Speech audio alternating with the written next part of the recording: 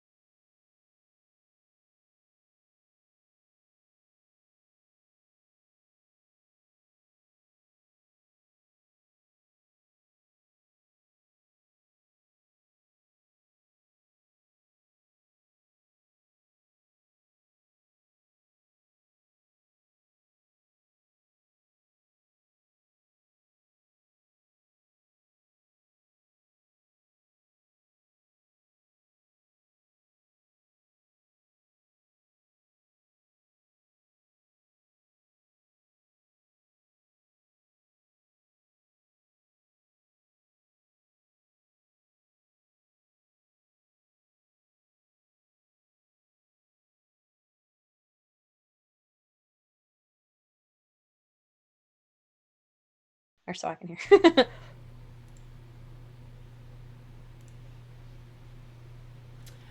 Okay, we should be good. I'm gonna move this over. Woo! Move this over. Kitty's awake. Except we're not Perfect good because timing. I just lost Zoom. Great. Oh no! Oh no! I see us. Do you see us? Do you Yeah. really? No, there's nothing. There's just a bunch of blank The boxes. boxes. No, I got us. I don't. Oh, now it went away. Yeah, there we go. We were there. And we're back. Okay. Great. Booped and gone. Thank you, everybody who is potentially still here. You're all wonderful, and I appreciate your whole existence. Welcome to Who Are the Monsters? Everything's a little wonky, but I appreciate everybody's patience through this. We have persisted, and we will be able to play a game. So we're going to do a little bit of a quick introduction. Oh gosh, our overlay it's a look. It is a look. But we're here, and that's what matters. We're just gonna focus on that. So my name is Bianca, Bianca Zelda, and I'm going to be your game master. We will be playing a game of Monster of the Week, which is a little bit different than you would typically get on this network. They party with some D&D a lot here, which is absolutely excellent. But we're gonna take a spin on your traditional D&D game and play it using a different system, but we're going to maintain the world, and we're going to maintain a lot of the monsters that might already exist in the world of D&D. So we'll do a little bit of a round table. Let's start with Carly. Tell me a bit about one sentence about yourself and a little bit about the character you're about to play. Sure. So my name is Carly. Hi, everybody. A sentence about me, I would say recovering theater major would be the best description for me. And my character's name is Gwen Vison, and she is an expert. Her family has deep roots in monster hunting, and she's getting ready to join the party. I like that. All right. Norman, tell me a little bit about Dr. Killian Wilde. Hi, my name's Norman. Dr. Killian Wilde is kind of a no, not kind of. He is a mad scientist. He's way too in deep and wanting to learn everything of the biology of the creatures that he comes across. It's gonna become a bad habit of his. You'll see soon. Bad habit, or just like that just sounds like it's gonna be normal. Oh, not the way how I'm gonna go about this. Questionable, but great. Yeah, it's gonna be real questionable. Trust me, we're gonna be deep in a lot of monster guts. It's gonna be bad. It's already gonna be just a disaster. Yeah. Miriam, you've got a really interesting take on this. So tell me a blurb about yourself and what kind of character you're going to play. Okay, so I'm Miriam, and I have cat here. So Faryad is a summoned creature. They are basically, imagine a child took a clump of clay and created a doll that's like 3.5-foot tall and wears what I have lovingly called a rainbow nightmare of patchwork quilt mismatched fabrics, whatever's available. And they look freakish. And you'll find out more about them. They have 2 button eyes and like a mouth flap, and basically anything that happens is magic. It's just magic. It's the best cop-out. Magic. Excellent. What about you, Devin? Can you explain to me a bit, blurb about yourself and a little bit about this marvelous character that you're going to play? Yeah, hi, I'm Devin. This is my first time playing Monster of the Week, so hopefully I'm doing alright. I've got about 20 years of RPGs underneath me, so I think things will go fine. As for Eletwen Miroyakawa, he is a paladin of the Church of the Radiant and Transformed Domain of Sehenin of the Lendor Isles. And he is bound by duty to do pretty much everything he doesn't want to do. Call you Ed. Yeah, or L, or yeah. Nobody's gonna call me Eletwen. No. I will continue. I will always use the full name. He's a bit of an imposing figure. He's blazing titanium eyes and slick back platinum blonde hair, shining silver tone plate armor with white trim matched with leaves, and a flowing diaphanous cloak that looked as if it's made of moonbeams. He has a sparkling silver-toned quarterstaff carved with sylvan runes and depictions of the moon phases, and at the top of the staff is a half-moon blade shaped in the symbol of Sehenin's holy symbol. There's a bit of build-up there, and it was just for the symbol, but it's important. Excellent. And last but not least, we have our most illustrious member and character. Shannon, tell me a blurb about you and Smudge. Hi, I'm Shannon. I go by Ulfrig online, the few places that you can find me. And I will be playing Smudge, who is the Chosen. Smudge is small with green skin, red eyes, and great big bat ears. Smudge is, in fact, a disgusting little goblin who has never had a bath or brushed his teeth. So he's kind of an interesting choice for the Chosen. It'll be it's a unique ensemble to begin with, and just like Smudge's involvement just makes the whole thing so complicated and great. Made me question my faith when I found out. I can imagine. Well, this is why science over faith is better. Maybe we'll find reasons to not believe that, but who knows? Hmm. I think the two can work in harmony. My girl likes faith, just A child summoned me. What do I know? How long have you been alive, by the way, Faryad? Probably about the same time as Smudge. Okay, 10 years? 10 years. Great. Okay, so before we get into it, just mostly for our listeners, I do want to discuss that as players, we've all had our session 0, where we've discussed kind of our lines and veils, and we've talked about the things that we do not want to have involved, and they're pretty much what you would expect. And we've addressed some veils where there will be things that we may introduce, but we'll just fade to black. So with that being said, does anybody have anything to add before we start playing? I have a question. For my two who are watching the stream on your phones, can you hear audio? I think It should be about 20 seconds behind. Mm-hmm. Okay. Of Yep. everybody, more than just me? That's a good question. Yes. I just heard myself laughing. Perfect. All right. Okay. Let me press 2 more buttons and then we can begin. Touch all the buttons. All the buttons all at once. Not my eyes. Are those, Oh, those yeah. are buttons? Those are buttons. The best kind of buttons. Touch my eyes and you die. Oh dear. Oh. All right. I mean, I don't think anyone wants their eyes touched. Could be a fetish. Who knows? Ah. Not gonna think about it too hard. Nope. Nope. Okay. It is about noon. The sun is high in the sky. It's a cloudless day. It's that blue that really soaks up the whole entire world around you. You are in the city of Lendor, which is the largest city on the Isle of Lendor. And it's relatively busy this time of day, especially around the Guild of Monster Hunters. This is a guild in which, for one reason or another, everybody here has enrolled in. Maybe you have family that's enticed you. Maybe you have prior commitments. Or maybe you just think that it's fun to be a monster hunter.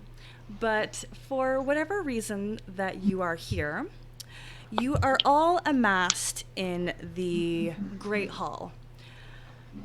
There's only 6 of you. The hall itself is massive. It's got a skylight where you can see the blue sky overhead through the glass. Very well decorated. Long tables with those long chairs that are kind of nice, but like if you're that person sitting in the middle and you're on that weird angle, not fun. You're all kind of standing in a little bit of a crowd with a woman in front of you. She has chicken feet for legs. She is wearing a flowing skirt and, a tank top. Maybe we'll see a t-shirt. She has to be professional. This is a workplace. It's got a little tie, and she has her hair up in a ponytail, and she's holding a clipboard. Well, I see you've all made it here mostly on time. Thank you. I'm going to do a roll call if everybody could just raise their fingers to confirm that you're present. We can continue with today's events. And she moves the clipboard back and forth to really read it. Gwyn Visson. Bison, here. Bison. Oh, I know your family. Your mother makes the best cup of tea. Oh, she really Absolute does. peach. And she turns back to the clipboard. Oh, Dr. Killian Wilde. That will be me. I saw you a couple days ago. I'm glad that you're back here. Well, that griffin heart that you provided was most excellent for my research. I'm glad. I was worried that it was going to die before I got it to you. However, it was still pumping blood when it arrived. And she's quite proud of that fact. Turning back to the clipboard, she looks... Fariad. How do I pronounce this name? You hear, you see, first of all, from behind all the humanoids here, a very sort of like clay reddish brown appendage rise above all of them. Like sort of a, it's like just like a clay hand. There's not even fingers or digits. It's just like up. And then you hear from like probably half your from like stomach level, it's Faryad. Oh, thank you. You.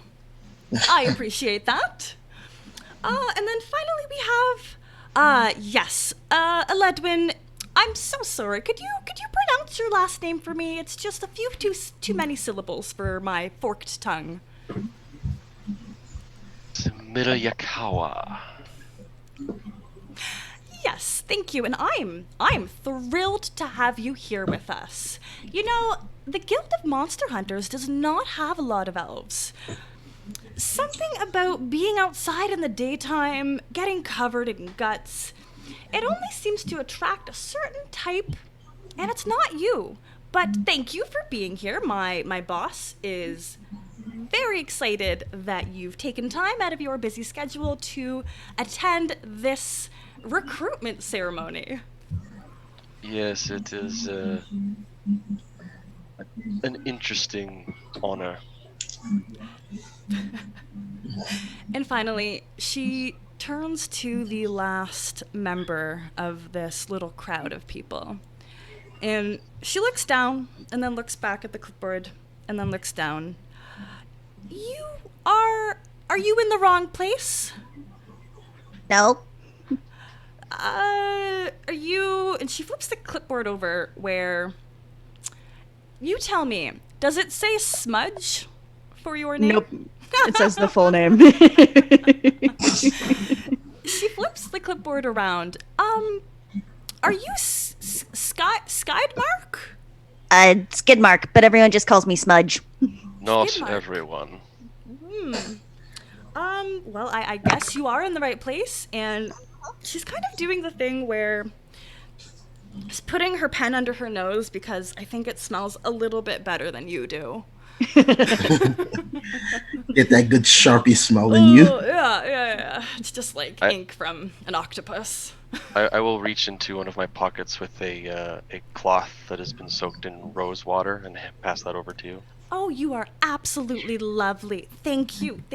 And she takes it and then scribbles something on the clipboard. All right, well, now that I have you all gathered here, I have to get real with you. And she puts the clipboard down. This isn't simply for recruitment. You have all been brought together for a bit of a specific purpose.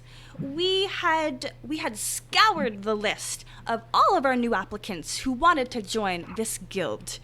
And there were a few that stood out for reasons. However, recently, our instructors who should have been hosting you and taking care of you, well, they've all been murdered.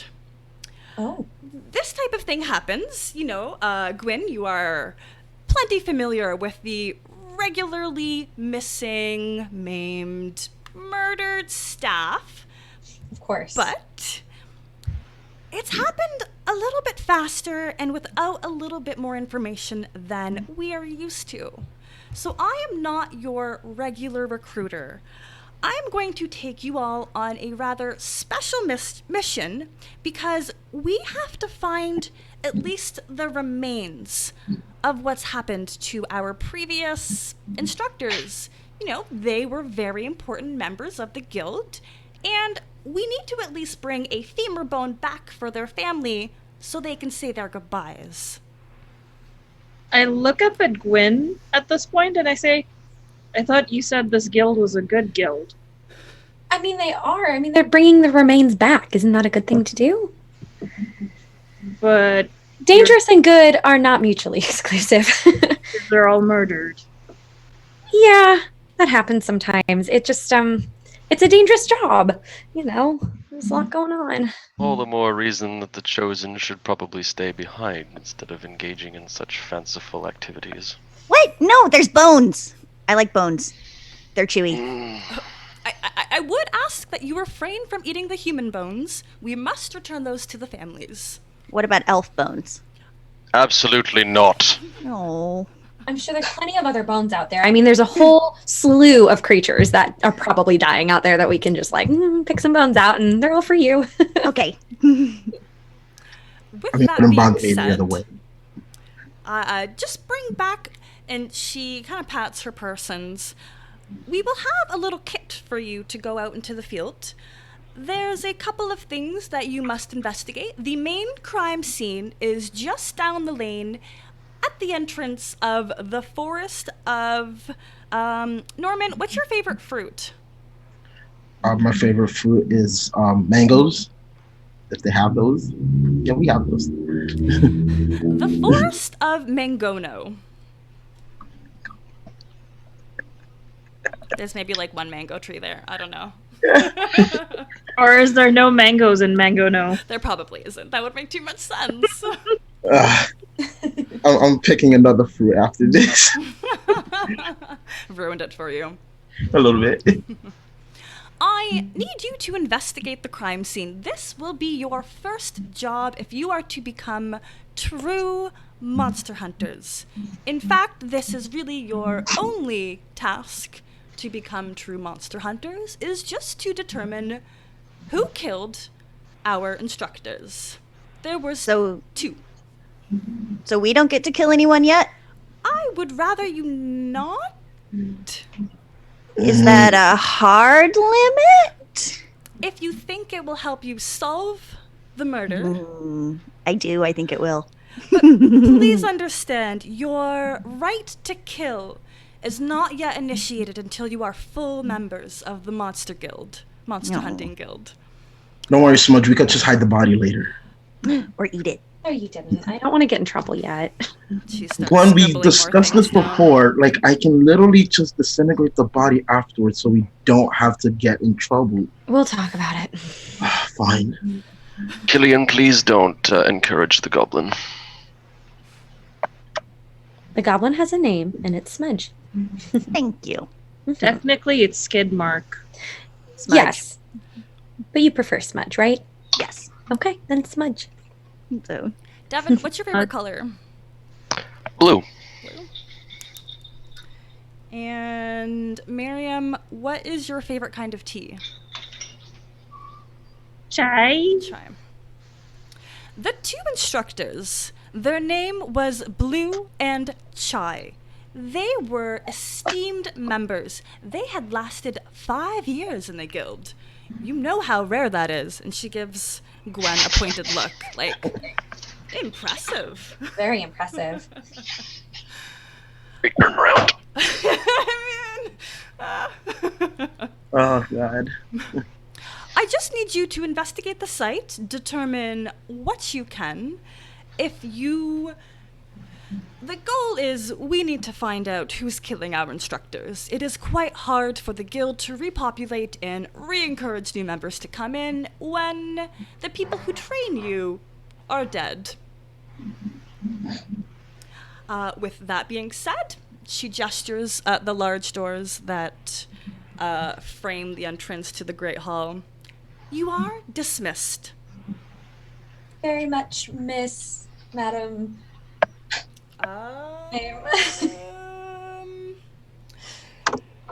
Cantina. Cantina.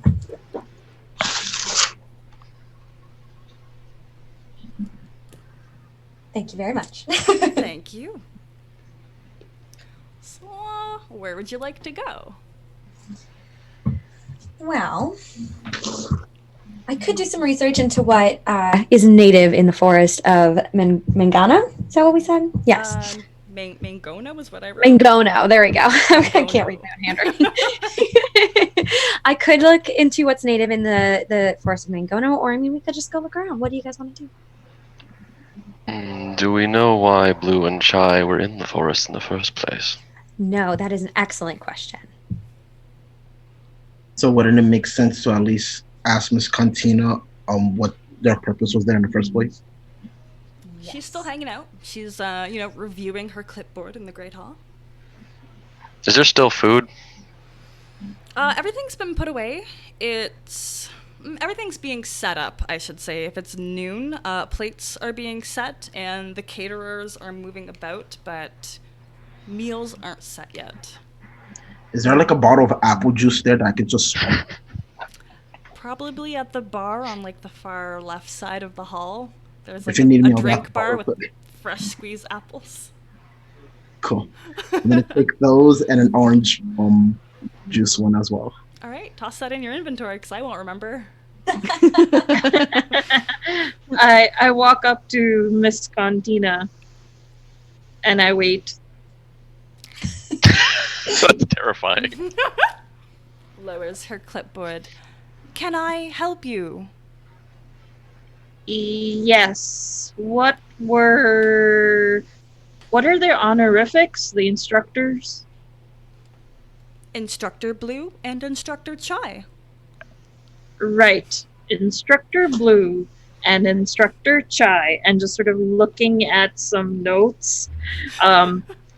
What were they doing in the forest of Mangono?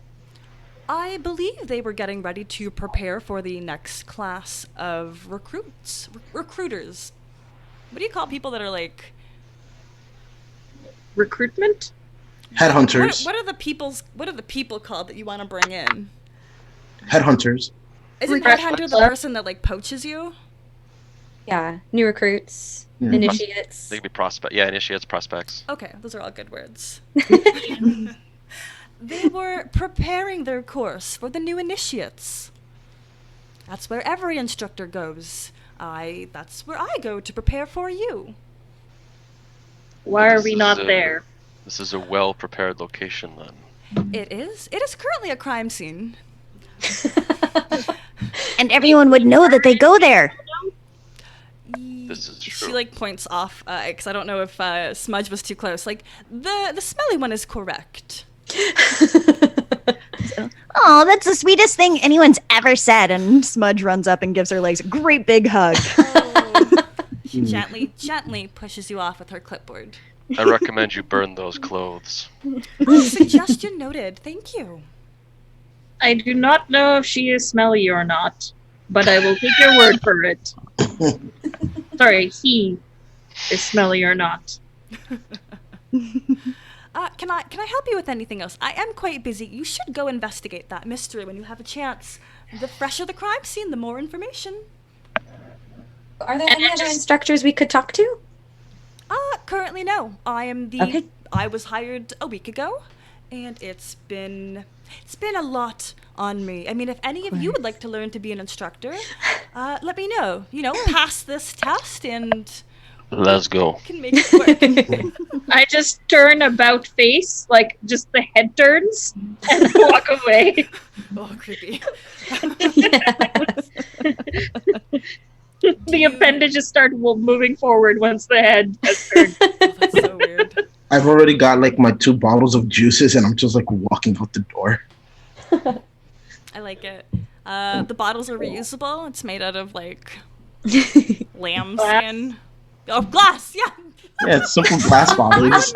Something so easy. Glass exists. Yeah. Who I knew? may or may not have to crack one open and stab somebody, but that's okay. I have my axe, but improvised weapons. I was gonna say, who's my improvised weapon people? But yeah, okay. Excellent. Outside of the Great Hall, the first space you kind of come upon is the green, and it's just this large acre of lush green land. We'll say off to the side, you can see the speckling of trees. a lot of dense forest type trees, not ones that are good in hot climates, more, arid temperate climates. I don't actually know weather terms, but I hope those were the right ones. Severely uncomfortable. Just, it's great. So you do see the speckling of trees, and there is a clearing open. And around the clearing, there are logs that have been staked into the ground with yellow tips on them to denote fantasy crime scene. Crimes. With all this like glittering sun going through the forest, is Elwin just frolicking because it's in his elvish nature? No, you see, the elves are, we are nocturnal, we worship the moon goddess, so I'm actually sunburned and unhappy and very uncomfortable. You should get a hat. Do you want me to make you a better cloak with a hood? I can fashion one of those for you once we get to my lab. I will not take off my holy garments. I'm not saying just to There. take the whole entire thing off. Just let me adjust it so you can have a removable hoodie. Hoodies are nice. By showing by me putting my hoodie over my head. I can assure you that this is a small discomfort I can bear. Ledvin Meryl Yakawa wishes to cook in their garments. They may do so. It's a personal choice. You've committed Yes, to it. listen to the abomination. It's not an abomination. It's just signs that haven't been understood yet. Please respect There are Bardia. better terms we can be using. I think they're cool. All right, so Say I didn't warn you. Come on. And I grab Baryad's hand and lead them over to the clearing. Yep, I head over. So is this is like on the edge of the forest? Like we can see it? yes, yeah. So you kind of Okay. see like this, because in forest it's kind of like a couple of trees, and then Yeah. more trees, and then it's just forest. So This this is area, literally in view from the town yes, yeah, that this happened. yeah. Wow, okay. It's just Gwyn, busy place. Gwyn, this is where your instructors were felled. Yes, I mean they weren't just my instructors. There are a lot of people's instructors, but yes, this is where it happened. Do we see bodies or blood? What do we see in the yellow tape or in the yellow, the Yellow fake? poles. Yeah. Okay, we're gonna pause because we have to resolve some character things first. Sure. Mhm. And I believe I'm going off of memory. Mm. Smudge. Mhm. As you step out onto the green, your whole body freezes and you feel yourself go numb, and the only sensation is almost like electrifying tinglings all throughout your limbs. Ah, Your crap. vision is black. I need to open up. You're chosen. You are a part of something maybe big, maybe special. I won't say yet. But we need to find out what you know about how potentially special and chosen you are. So on your playbook, you have something called, let's see if I find it. Destiny's Plaything. You got it. So, at the beginning of every mystery, we're going to make you roll plus weird. And that is going to reveal something about your immediate future. We've got 2 rolls for you. Okay, so the first roll Oh, is... you're good. No, it's only the 1 roll. So Okay. we're going to see what you see. So 2d6s plus Okay. your weird. So that's a 10, actually -1 for a 9. Okay, that is a mixed success. I feel like that's going to be our tagline. You succeeded. Hashtag big success. That's something great. Yeah. You first see lightning behind your eyelids. You feel the crackle, the boom of the thunder in your joints. And then you hear the sound of rain inside your body. It's almost like that shah sound. And it takes you away. You get that anxious kind of breathless feeling in your chest, and that blackness lightens up, and you see the island of Lendor shaking. You see the edges of the isle submerged underwater. Waves start crashing and flowing over onto the land. But you don't see people. You don't see creatures.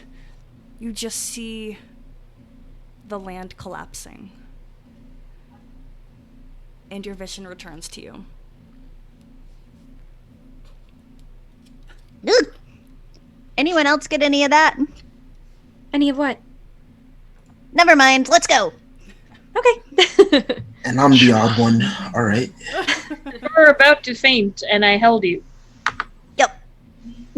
Nope. I never faint. No. Was nothing. was there a visible like shift in the way Smudge was moving? They were just frozen. Completely frozen. Like, they looked like Furiad. Kind of like that stiff movement when you freeze. When a normal person freezes, like, you still have breathing, you still have natural movement, but they were very, very statuesque. Okay, so then I'm gonna run up and kneel in front of Smudge. Was it a vision? No. Come now, you must tell me if I am to protect you and bring about the prophecy. And with this prophecy. Maybe it was a vision. Perhaps I can help you interpret it. Well, Smudge is a vision. There was a big storm, and it rained inside me, and it was tingly, and then the island fell down, and there was water everywhere, but all the people were gone. Oh, that's not exactly a good omen. You know, whenever someone says that, it is usually after they have co-joined with another human.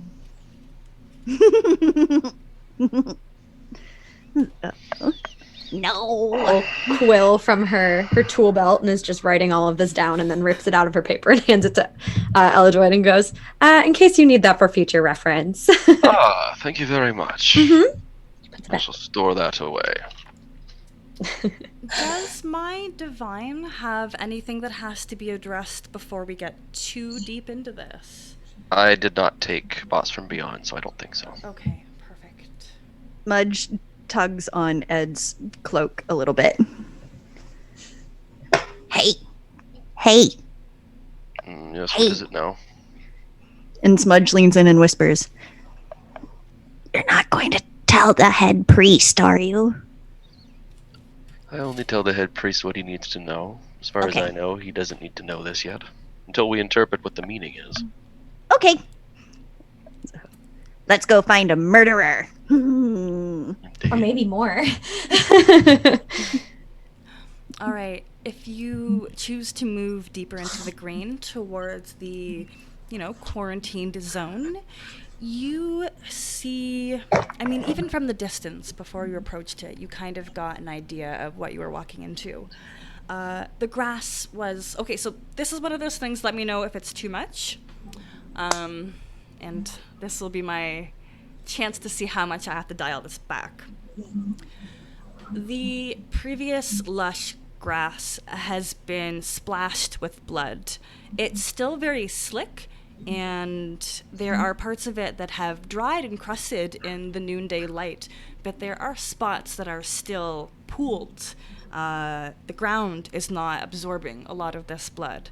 There is gore, and there's parts of what you can distinguish are human viscera, muscle, tissue, some sinew, but no bones. Just the guts, effectively, and the remnants. There are some teeth, and there's some hair. But that is all that you can identify if you really take a look. Hey, Gwyn, we found your instructors. Wow. Yes, Yeah. we did. Killian, Yeah. you're skilled in deconstruction of individuals. Yes. What do you make of this? Uh, with all this mangling, it could have been easily some sort of a monster. Um, when I rolled sharp for this, Let's investigate a mystery. So give me a plus sharp. Okay, gang, let's do this. Ah, yeah. all Oh right. yeah. Gang? Okay, I got 2 3s plus a 2. That's 8. Mixed success. So, with investigate a mystery, on a 7 to 9, you get to hold one. And what this means is you get to ask me one very specific question. And your question choices are what happened here? What sort of creature is it? What can it do? What can it hurt? Where did it go? What was it going to do? And what is being concealed here? And you have to consider that your questions can only relate to the information that you currently have. So, like later down the line, if somebody else wants to give me an investigate a mystery for, to investigate the mystery, you might have more information than Killian does now. Therefore, your questions, you might be able to ask, what can it do? I think for this summer, I just want to know like what monster did this. Okay. Killian, you're basically an honorary member of the Monster Hunters Guild. You have been in this area for a rather long time. You know the right people, and your personal hobby as a scientist means that you have a lot of information on the monsters and the general wildlife that surrounds the area. When you take a look at the mass of flesh below, you get a strong sense that this creature might be, it's definitely predatory, but it's animalistic in the way that the flesh has been left. Everything looks torn, and it looks like it was torn with sharp talons. Everything is in ribbons, and that's a certain destructive trait that you recognize. Yeah. I kind of want to spend a luck to see if this was like. So I have this thing called former fiends, and where I spend a luck, and me or the keeper brings them into the mystery, and where someone or something comes out of the woodwork, and Okay. I have to deal with it. So Wait, let me look at this myself. Also, you're Yeah. tossing something at me already. because I think I might have dealt with something like this before, and it might be my fault. All right, I got it. I'm ready. Okay. So, I might have seen this before. It might be one of my old Friends? monsters. Excuse Not me, what? Yeah. You just stop messing around with that. Listen, it was during grad school. I was just trying to understand necromantic animation, and Excuse me, what? Why couldn't you do a thesis like the rest of us?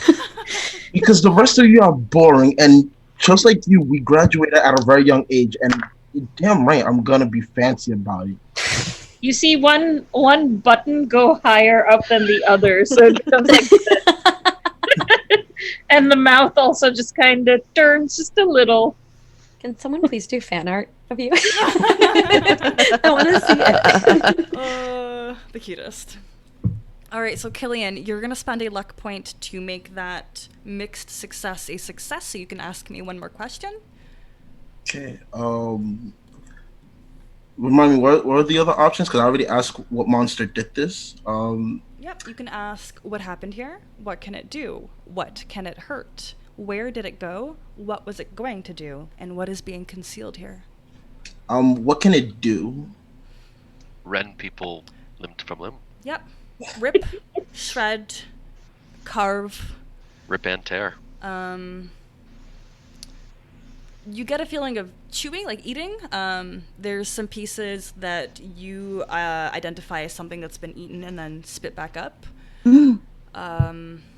Yeah, it was. I might have killed its sense of taste, so it's probably still trying to find the food that it likes. Mudge wanders over to the regurgitated gore and gives it a sniff and then starts nibbling on it. Don't. Just kind of reach over and just pull you back by the scruff of your neck. I believe why? It's really good. No, believe we were I'm supposed- gonna take a cookie out of my pouch. Do you just carry cookies for him? Yes, Oh, it works. It works quite well. Gimme. super important question. Do you make these cookies yourself? Maybe. He wears a frilly pink apron, and now I need art of this. I mean, it's like moonbeam colored, the apron, no doubt. Yeah. Oh yeah. Very regal apron. Oh, yeah. Oh, yeah. yes, it's a metal apron. Almost problematic. There is lace. It's metal lace. Yes. So mesh. Faryad, sorry, you're going to ask a question? Oh, I was gonna say, as Smudge was chewing on it, I sort of very gently sort of like pull it out of the mouth, and I say, I believe we were supposed to give them to their family members to consume. Yeah, we were. So what I'm going to do is in two separate. Wait, we don't have glad bags. Well, hefty bags. Medieval glad bags. Yeah, medieval glad bags. In believe two ev- separate ones. Weren't we supposed to bring back a bone? And I thought there were no bones. Yeah. There's no bones. There's teeth. We could collect teeth, but we Thank would. you, Dr. Obvious. There are no bones here. So I mean, that seems unique, right? Yeah. I mean, they took the bones and left all the yummy bits. Oh, that's true. Can you distinctly tell the two different types of hair? Because you said there was a bunch of hair. Yeah. One has curly hair. We'll say kind of like my texture. The other one had like long straight hair and like there was spins of it just kind of everywhere. So was Chai curly or straight? Chai could be the curly, Okay. and Blue has the straight hair. Gwen will take some like forceps out of her little tool belt and maybe like, I don't know, a little vial or something, and she'll take some of the hair and be like, well, at the very least we have some kind of defining characteristic. I don't know, that's hard to tell who's who otherwise. When I'm gonna take the teeth, try to see if I could, for nefarious, non-nefarious purposes, try to see if I can clone them back to life. I was actually going to take a tooth, but and I was going to basically say, I believe I was once told this should be going to a fairy or a fey creature. And I handed to a Ledwin Miral Yakava. Gwen, do we tell Fardia the truth about the Tooth Fairy? What do you What? mean? Nothing. You know what? It's Yeah. Killian, no- Killian, young I like suggest you him. stop now. All right. I'm holding it back. Gwen, Yes. do you see any tracks around? Do I see any tracks around? Look around. Get out my magnifying glass. Like Scooby-Doo. I'm part of the gang. Give me an investigate a mystery. So that's going to be a plus sharp. Okay. Do any of my witticisms add a +1 to those checks? You can help out, but I need you to articulate to me, how are you helping them track? Why so serious? Yes. So what is your witty one-liner that really motivates Gwen? I say, if you follow the red brick road, I suppose you might eventually find your instructors. I've been watching The Wizard of Oz again. That's incredibly morbid. I love it. I know too. What does that do for my role? You get a +1 forward. I'm just rereading it at the moment. So effectively, they get to make a one-liner, and Okay. it's like a support move. Like it gives the next person who's performing an action a +1 to their role. Okay. Pick a weird playbook, and I still am a bard. Well, I rolled a 9 plus 2 for sharp, so that's 11, and then would that be another +1? Heck yes. Yeah. So All 12. right. Hot dang. That is our first amazing roll. So you can ask me any question. Any question you want. Oh man, That okay. means literally Oh anything. goodness. Okay. Well, I guess it would be, so would it be one of the questions from the list or literally any question? Any question. Oh man. Well, do I see tracks and could I tell well, that's kind of two So, questions. yes, you see tracks. Okay. Can I tell what they are? Or give or take? They look like bird feet. Bird really, feet. Really big bird feet. Ooh. Big Bird was here. Bird was our instructor. Feet. I know. I was thinking that too. Hopefully it's not her. Do they look about the same size as Madam or Instructor Cantina? Country? Yeah. Cantina, that's what I wrote down. I'm writing so fast. I'm just like, it's almost useless. Yeah, give or take. So Okay. Completely matched up. I mean, giant bird feet are giant bird feet. Or giant There's bird feet. Yeah. Not much, variation in that. 3 toes. Sure. And by looking at them, can I see if they're going in a certain direction? Or are they just kind of around the site? Yeah, and they're coming and going. Okay. Can I see where they're going? To the, instructors' setup hangout area, and then back to the guild. Okay. I will point all this out to everyone. It looks like, they go to the instructors area and the guild. I mean, it's very possible when she came by and saw what happened that she just walked through the crime scene. That seems rather unprofessional. You should be careful, I guess. But I don't know. I see bird feet. Is 1 week of training enough time to be an instructor? I mean, if I you're mean, studying barely. for your OSHA, then sure. Was that a me Turnaround question or was time that a is you as high as I question? thought. Oh, it was to Gwen. Oh, Just to me? Would I know that? I guess it seems like it's a pretty quick turnaround. I'm going to be honest. Seems like it might have been a little fast, but I mean, she was also right in that there's not, we have a high turnover rate, so sometimes they just kind of have to turn them out. So, and you see me just turn heel the same way that I did and wander into another direction. Gonna do like whatever the equivalent of like the cross symbol is every time I see that. It's very Exorcist. Yeah.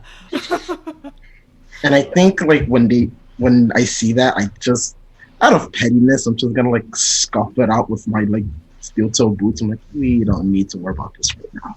Like I guess for Brax? Sahenin it would be more like Did you make an S? no, Yeah. it's the moon bow. Yes. Okay, I like that. I'm sorry, Killian. Are you? What are you up to? Just been putting these like blood splatters of teeth samples and hair in like separate bags so I can like just to, like mark them later and see like who is who so I can identify them. So when we do eventually return, because I don't know if we might die in this very first episode, I might hopefully see that it gets back to its proper families. Should we not be interrogating Killian since he seems to know more about this than we do? I mean, look, honest, you can, but here's the thing. I made this monster, like, it gotta be like almost 3 years ago by now, and it just up and left. I have no idea what happened, where he went. or she, for all that matters. It was look. I took some weird bird and a velociraptor type and hybrided together. After that, I let it out into the world. I thought I was gonna do some good, but screw it. There's literally like 5 movies about why you shouldn't do that. While that is true, I did it anyway because science.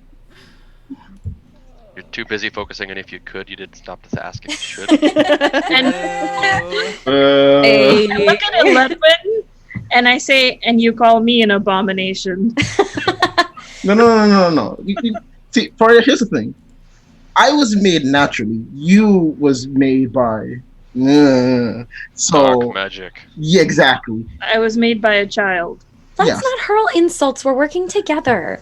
I'm not hurling insults, Gwen. I'm just telling that because I was conceived naturally and she's pretty much a freak of nature. She can. That's an insult. It's not an insult if it's actually true. There's Okay. ways you can phrase it that aren't freak of nature. Yeah, I mean, like I could, abomination. but I They won't are have. unique. They are a unique individual. I am not going to take the time to pull out a thesaurus just so I can like coddle someone's feelings You're about smart. Use some other words. this. It's not hard.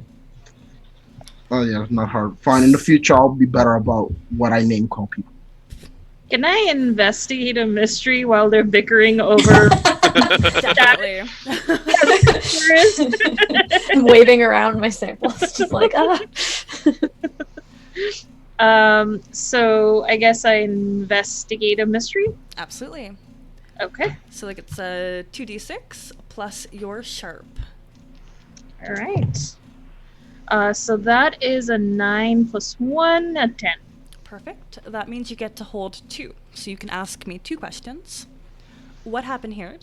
What sort of creature is it? What can it do? What can it hurt? Where did it go? What was it going to do? And what is being concealed here? So I would like where did it go and what was it going to do? Based off of the tracks that Gwyn has identified for you, you follow them around. You play the game of, well, it starts here, it loops around, it goes around the perimeter, and then the footsteps walk back to the main hall. The guild, sorry. And then there's a separate set that walks back to the crime scene. It repeats, it circles around. And then this time it goes deeper into the forest. So you see this? I won't. And then it comes back out of the forest, and you see that same cycle where back and forth, but only once can you identify that the tracks do in fact go deeper into the forest. And what was your second question? Sorry. What was it going to do?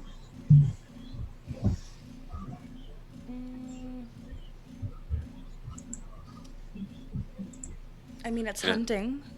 It's an animal of prey. You do get a feeling that it was just perhaps performing its basic predatory food needs. That's a hard question given the information that we have. Like, what Okay. was it? Like, what was it going to do? It was going to kill, eat, and rend. Okay. So as you are bickering over what to call me, you see Furia just keep going deeper and deeper into the forest until almost out of eye shot. Smudge follows. And I follow Smudge. And by the time we're done bickering and realize everyone's gone, we'll follow as well. Or I'll follow as well. I don't know about you. I won't speak for Killian. Oh no, I'm literally right there because at some point I know I don't feel like constantly arguing with you, so I'm just quietly walking away as I'm arguing. I'm like, yeah. Walking and arguing. It won't be Yeah. hard to follow because I'm in the back and I'm shining like a freaking mirror. Nobody Ball. will ever miss you. I have a logistics question for Killian. You mentioned that you were picking up a lot of items, you were taking a lot of samples. How do you carry all of this? Do you have a duffel bag? What's your setup like? So what I did was, since I do have like a regular backpack full of like my stuff, like my bags and my trusty hand axe because you don't know when I might have to carve someone up. What I did was I left it there. Oh no, what I did was I put it in bags, and then I like we weren't that far off the city, so I probably just like stapled them to like a tree, saying please deliver to Dr. Killian's lab. So then, if it's gone, I'm hoping someone who found it saw the note saying, "Okay, this is that freaky scientist dude who collects stuff and just to like deliver on his doorstep."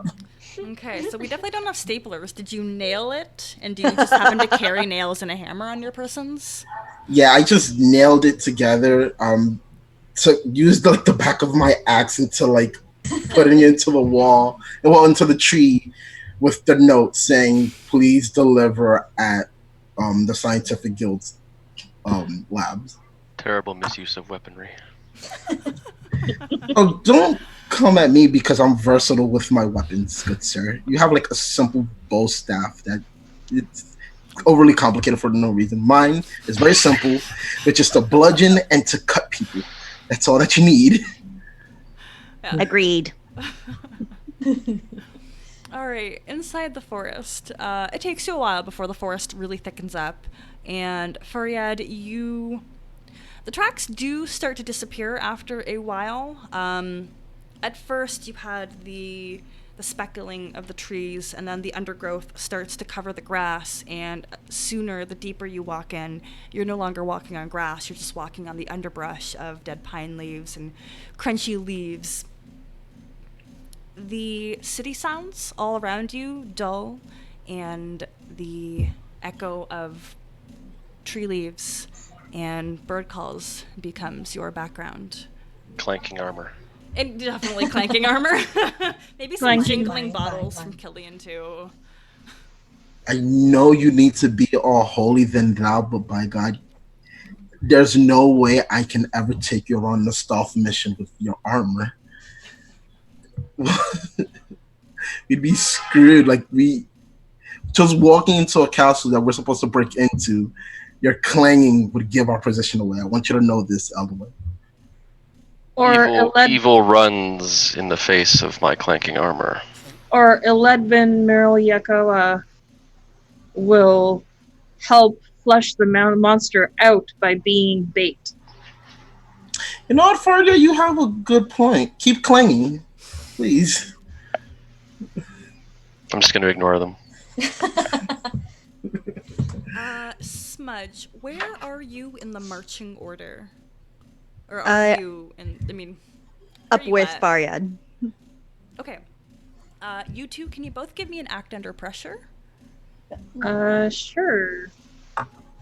Oh, that was not a good roll. Oh. Not even a mixed success? I think that's a hard fail. Oh, Well, we are due for one of That's those. a 9 total. Okay. I rolled a 3 plus 2, but it's still a fail. All right. Mark experience. You will Right. learn from this. I mean, what fun is a game if you can't fail every so It's often? true.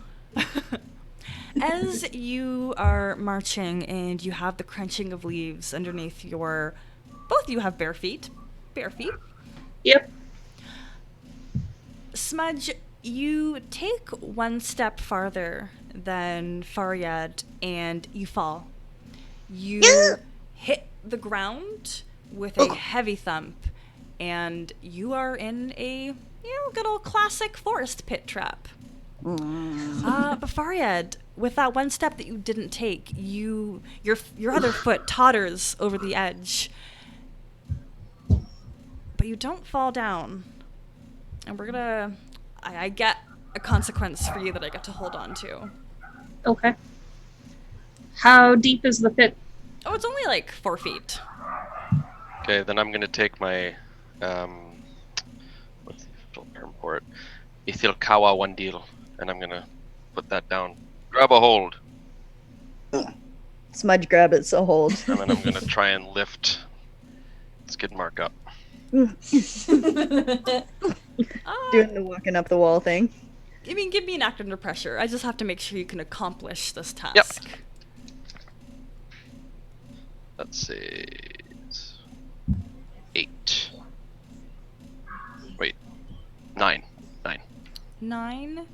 Smudge, you are able to pull yourself up, but not before you slide back down into the pit. Oofed. And that same thump, but this time you also notice, or you hear, I don't know what the sound, the rattling sound on the ground. The sound of bones rattling? And it hurts you a little bit more. You good though. You're just a little hurt. Is the rattling coming from the pit? Yes, when he hit the ground again. Am I able, before climbing out, to dig in the pit a little bit? Absolutely. Okay, Smudge gets down like a dog, both hands just... Oh, now what are you doing? Come on, we need to get going. I think there's something here. You find an assortment of very, very clean bones. Oh, Oh snap! yeah. Okay, can you we're repeat bad. Okay. You froze for momentarily, so we didn't hear anything. Oh, you I said. froze. I'm sorry. You froze, yeah. No, you're fine. Yeah. You... I don't even know what I said now. No, you found some very, very clean bones. Is anyone watching? I am. I'm watching. We both are staring down at you, but I think by now me and Gwen has already like made it to see you just digging in a hole. Yeah, we just got up. I hold one up and I'm like, guys, look what I found. And I try and sneak another like into a pocket somewhere. I'm gonna reach down and grab the bone from you. I'm gonna hop down. Killian, what do you make of this? Let me study these bones. I know these seem fresher, like they were just placed there not too long ago. Does anyone have a shovel they can give to Skidmark? I'm good. No. Faryad, you're down there too, right? Yeah. Like my arm turns into a battering ram, and I start using it to dig. I'm just looking down into a pit at a small goblin and a doll digging bones out of the ground and wondering how I ended up in this situation. Are your arms crossed? Like, is that your default demeanor? I'm gonna say I'm just like, Good. I mean, Hard face palm. I might as well just go down there since my arm can actually. is there enough travel room everything. for all of you down there? No, what I'm gonna end up doing That's is tight. I'm gonna go in there and I'm gonna push the other two out, and with like my warforged arm, I'm just gonna like start scooping them out like way faster than the others, and you guys can just tell me like what I'm scooping out. But from the looks and feel of it, it's just bones and dirt that I'm scooping up to the surface. You guys. Good luck getting Skidmark out of that hole. Mm-hmm. And me with the gigantic battering ram for an arm. I think so. Yeah, we'll have to kind of, before you can even get into the whole Killian. It's small. It's like a 3x3, 3x3, 4x4, 4 feet by 4 feet. Is Shallow above part of a prophecy where he digs holes for his fortune? That's the whole prophecy. Alright. Well, you know, Killian, strangely the prophecy never mentioned you. I'm used to being anomalies and dealing with them, so it's fine. You can't quite fit in the hole due to the 2 people and the battering ram. Okay. Budge just keeps digging, and every time there's a new bone, he tosses it up so that it's this- landing on the ground. Also, You know what? I kind of want to change my answer now. With every bone that Smudge just throws up, I kind of want to turn it into a game, and I want to catch it in my bag. Could you maybe try cataloging them? Maybe trying to build a skeleton so we can determine what we're working with here?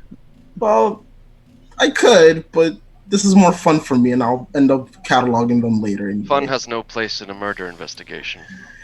It is with me, so Smudge, try to get them in the bag as best as possible. We're gonna get into a game. Gwyn, can you talk some sense into the madman? I've tried so many times. I'm helping uncovering more dirt and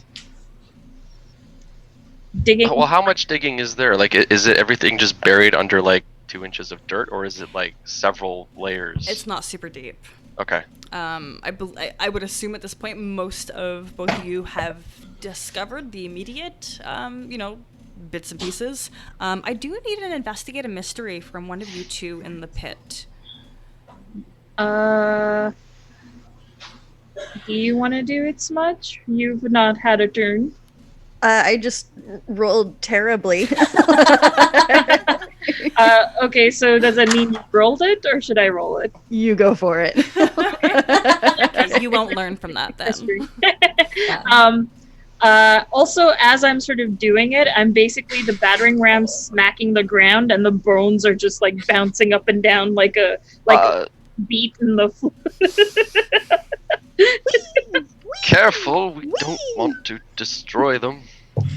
You hear a Okay, crunch, so just a little this is crunch. not so 6 + 1, 7. Okay. Oh. That is a mixed success, but you only get to ask me one question. And it's monster died? Or is it bone died?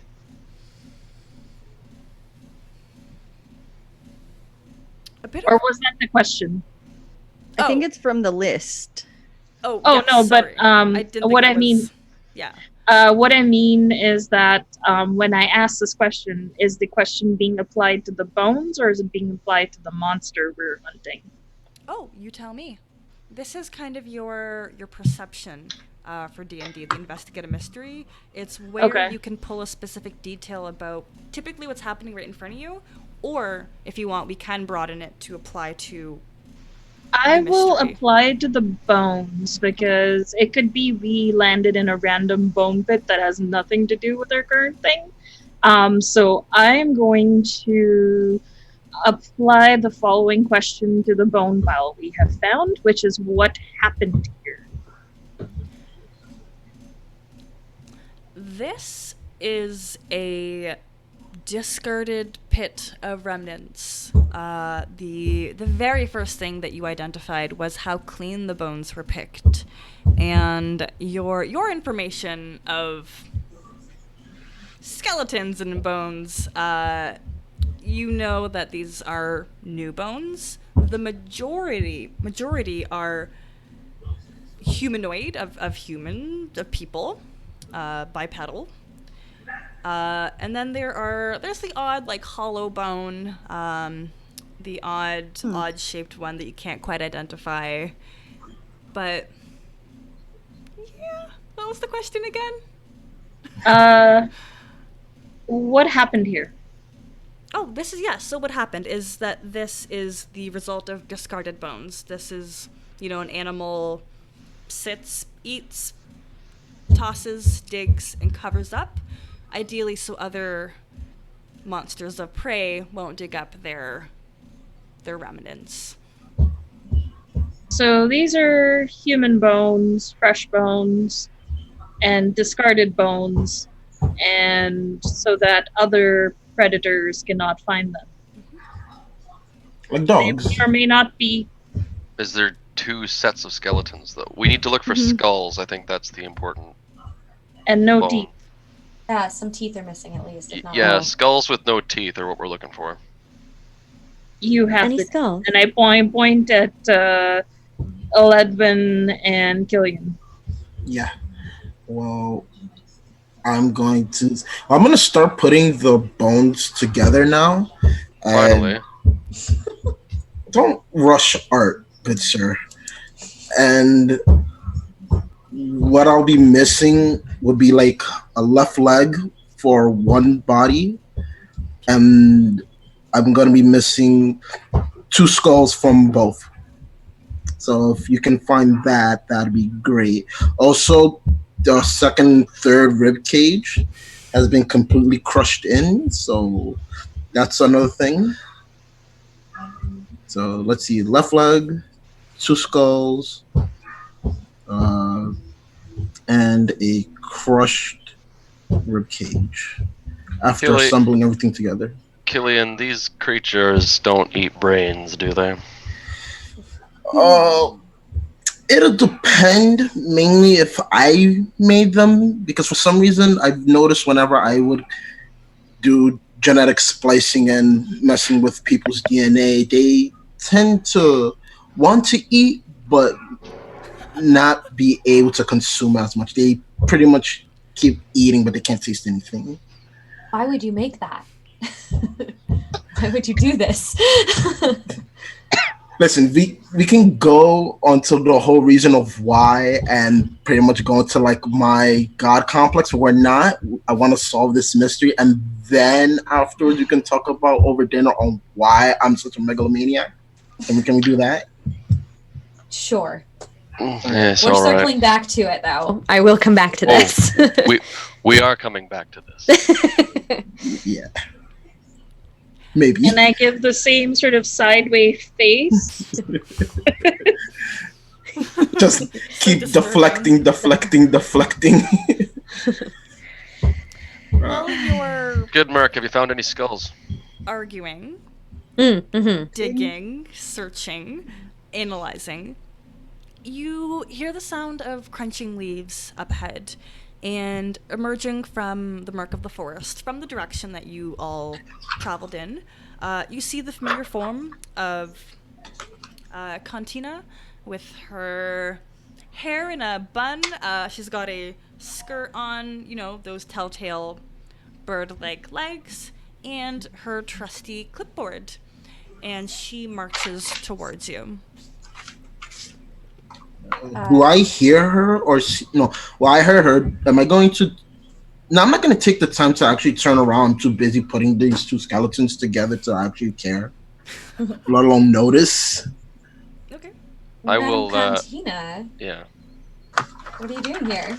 Oh, yes. Hello, new recruits. I'm just here to ensure that your investigation is going according to whatever you want it to. You know, and she just ticks something off on her clipboard. I'm making sure everything is all right. Can I help you? Oh, look, you found the bones. Wow, that's so smart of all of you. And she's arrived at the pit, and she peers down at the two partying in the pit. Well, we think either you ate them Whoa.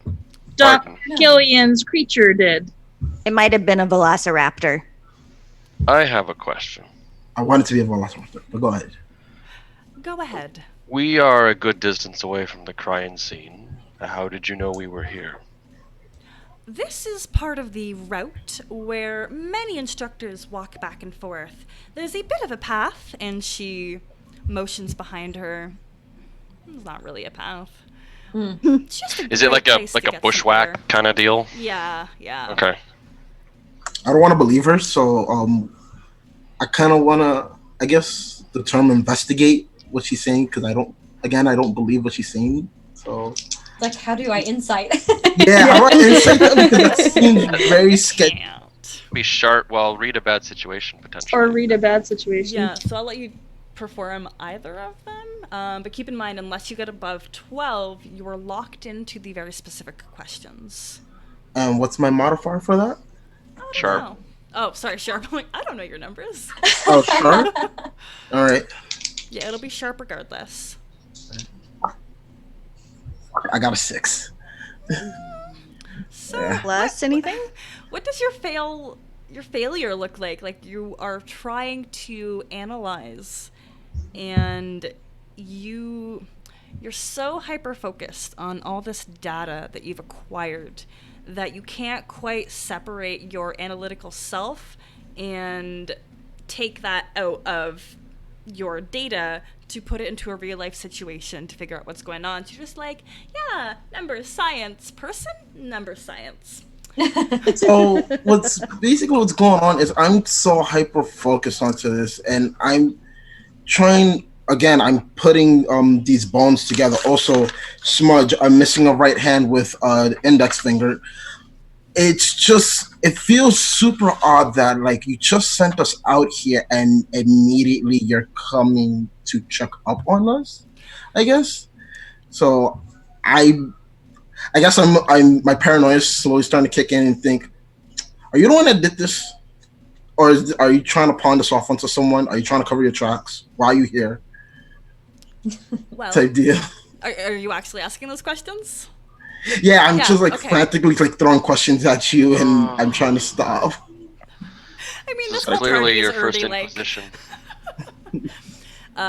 She lowers her clipboard. I will have you know that I am here on official business. And she starts to flip through her clipboard a little bit. I, Yes, here it is. Go ahead, Devin. I was just gonna say I was gonna walk up and I apologize for my colleague's insinuations, my good madam. We're simply a little stressed. It's hot and uncomfortable in the heat of the sun, and we have No one had told you to wear armor. And we're in a pit. and Been a yes, long day. poor Skidmark here fell into a pit, and it's been a bit of a day. I understand that. However, as I stated previously, Dr. Wild, I am here on official business, and she pulls out a paper that was in her clipboard and hands it to Eledwin. This is a warrant for Dr. Killian. We have evidence to prove that he created a monster that has killed 2 of our instructors, and I just came to inform you that the city guard will be coming to take you away in just a moment. Do you have anything to say to the Guild of Monster Hunters? Do you want to apologize for wasting our time? Uh, you know what?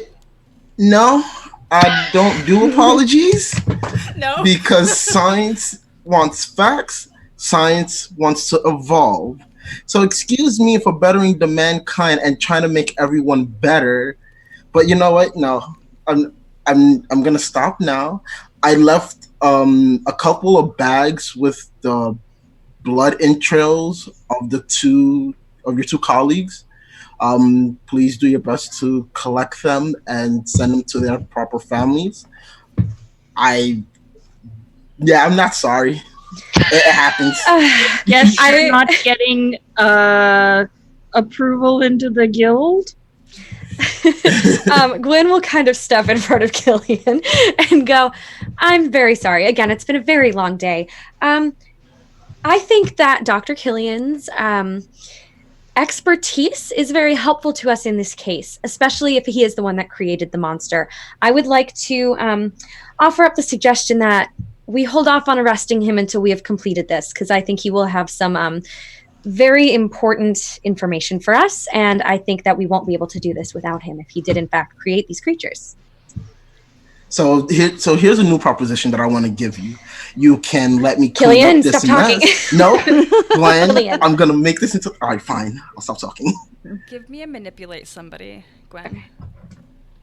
What does that add? I have it up. Plus Hold on. charm. That's charm, I'd imagine. Oh, guys, it's not gonna be good. Gwyn. Hold on. Let me see. What's my charm? So that's a 5 total. So you're gonna learn from this experience. So Great. mark experience. Cool. And Contina lowers her hands to her side. Excuse me, do you know who you are talking to? I am a valued member of the Guild of Monster Hunters, and you deign to talk to me like this. I'm very sorry, madam. Smudge is Smudge. down in the pit. You're Miss Cantina. Now, as Gwen failed so horribly to try and save me, how about we work this out, right? Let me try and fix this mess. We can make this all go away, and you maybe might hold your tongue about it. How about that? Huh? She I shakes her because think head. about it. Because think of it like this: I solve a murder. I possibly dispose of my mess. We all go on our way. We get drinks later. But if you don't, who knows what this monster might be at? It might come back and terrorize us. Who knows? But all as I know is that you're gonna stop me, and while I'm sitting in a jail cell, there's this ravenous monster that I've made probably a couple of years back terrorizing us, probably in the day or at night, because some poor sap decided he wanted to take his girlfriend out on a stroll in the forest. Gwyn. You know Killian. Should we keep him around, or does he deserve to be arrested? Not as bad as he sounds. I promise. He would be useful. He really would. He's very talented, and All right. I'm really telling the truth when I say if he created this monster, it would probably be in our best interest to have him around. Very well. So I'm going to walk ahead and remove my left gauntlet to reveal the signet ring of my family house, which is a ring of magically woven links of silver with the family crest of a sparkling bow silhouetted over the moon. And I'm going to walk up and basically pull rank. What does that look like? Like, what is this So standoff I will like?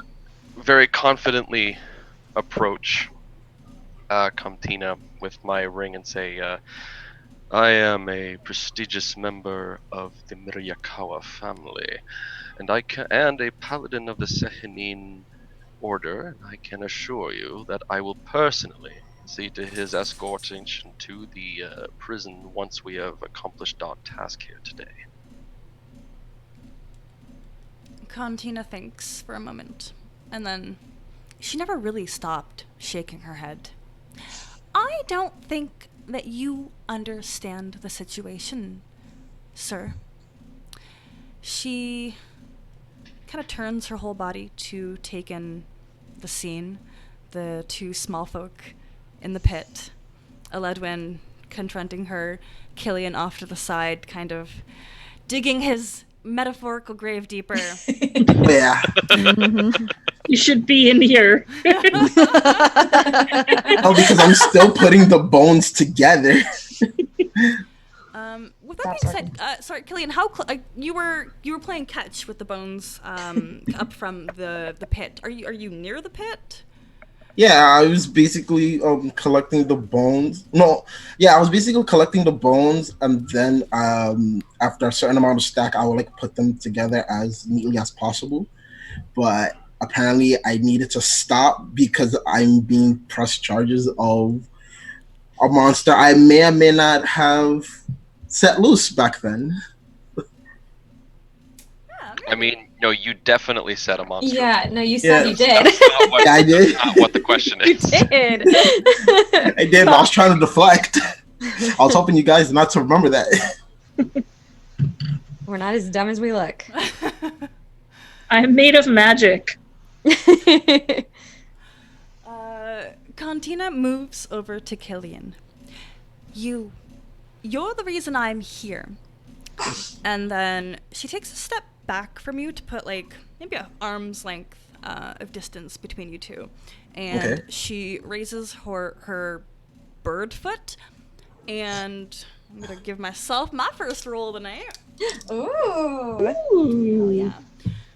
So the way attacking works in this game is everybody gets hurt. You don't get to be violent and not suffer consequences. So even on a success, something bad might happen to the attacker. So Contina, with the full might of her vulture feet, she kicks you into the pit. And I need you to mark 1 harm, and I'm also going to mark harm. The force of that means that she falls back and hits the ground. But when she hits the ground, she lets out this musical, shrilling sound. And I need the whole party to act under pressure. Oh no. Under pressure. Under pressure. That is So I got a. cool. Yeah, that's a 4. That's a Oh, 7 no. for me. I got double 6s, so I got a 12. Ooh. 9. You're the one who doesn't need it. You're in the pit. I know. Yeah, but she told me to roll for No, under I pressure. do need you to act under pressure for this. When he was launched into the pit, did he land on Smudge or Frigga? No, I'm sorry. I mean, Shannon's nodding. He landed on Smudge. I'm sorry, Smudge. What was your actor under pressure, Smudge? 9. This is gonna be a twofold. Oh well, you've given me my consequence. I need you to mark 1 harm, Smudge. Okay, This that's it. human body just hit you. And like Killian, like you're an adult. Like Yeah. you're not I hope late. it wasn't the Warforged that landed on. I, no, I know. What? No. Okay. So I'm gonna hurt myself for a bit. What I'm gonna do is, my upper back basically lands, and then I'll like roll to the side if that's possible. So yes, I'm gonna harm. Not too far yet. Keep in mind, Yeah. there's not a lot of. This is a 4x4 pit. Yeah. They still haven't like they've been I working. still to have a battering ram as an arm. Yeah.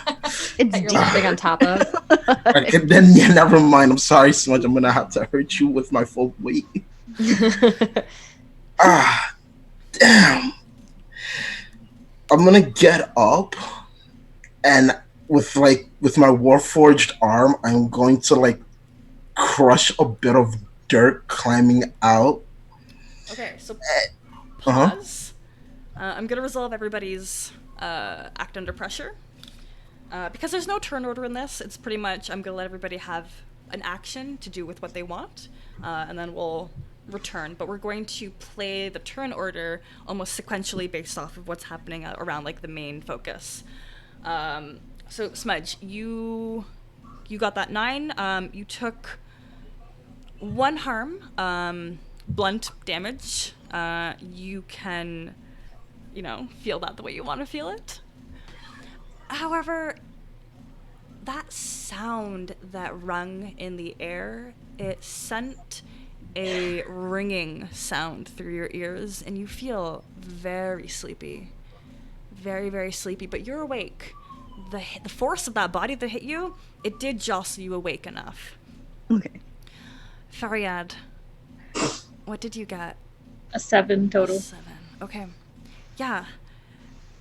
The force of somebody falling into the pit was enough to startle you as that shrill scream almost erupted in the air, and your limbs, they feel heavier than normal.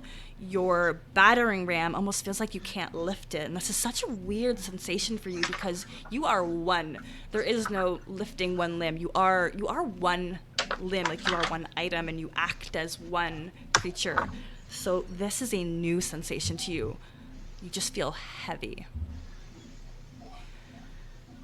Going around, Killian, what was your act under pressure? My act under pressure was 12 straight. So what I ended up doing was I got up, I checked on Smudge to see if Smudge was badly hurt or not after like me pretty much putting my full weight after getting Spartan kicked into a hole. And you get a face full of smudge breath as I yawn at you. Oh. Might make you Damn. take 1 harm for that. That's another harm. So that's Don't two harms. actually. Remind me to brush your teeth when we get to my lab. Real.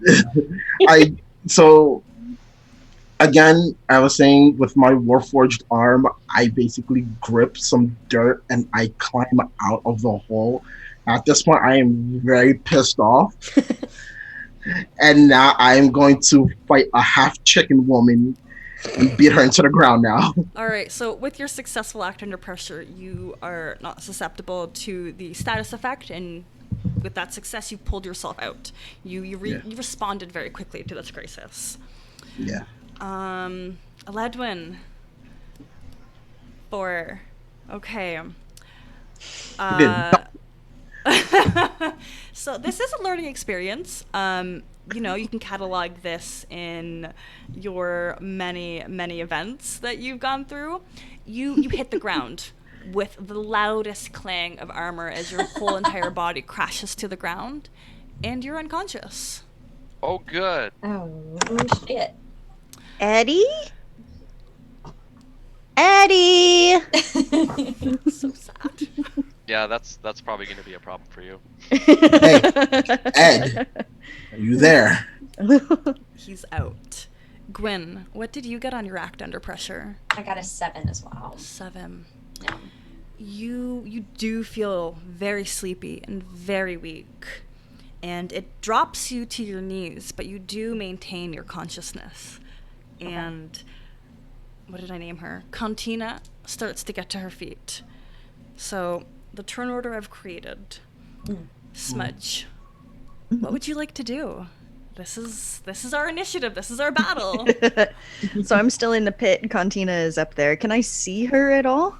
The top of her head, mostly. I would like to throw my bug bomb at the top of her head. Absolutely.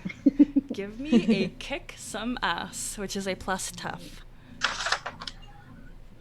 Oh, that's an 11 plus 2. That's a 13. Great.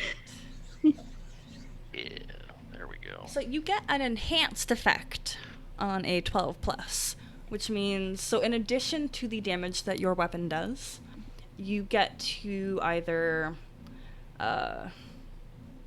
hold an advantage, which means all the hunters get a +1 forward. You suffer no harm.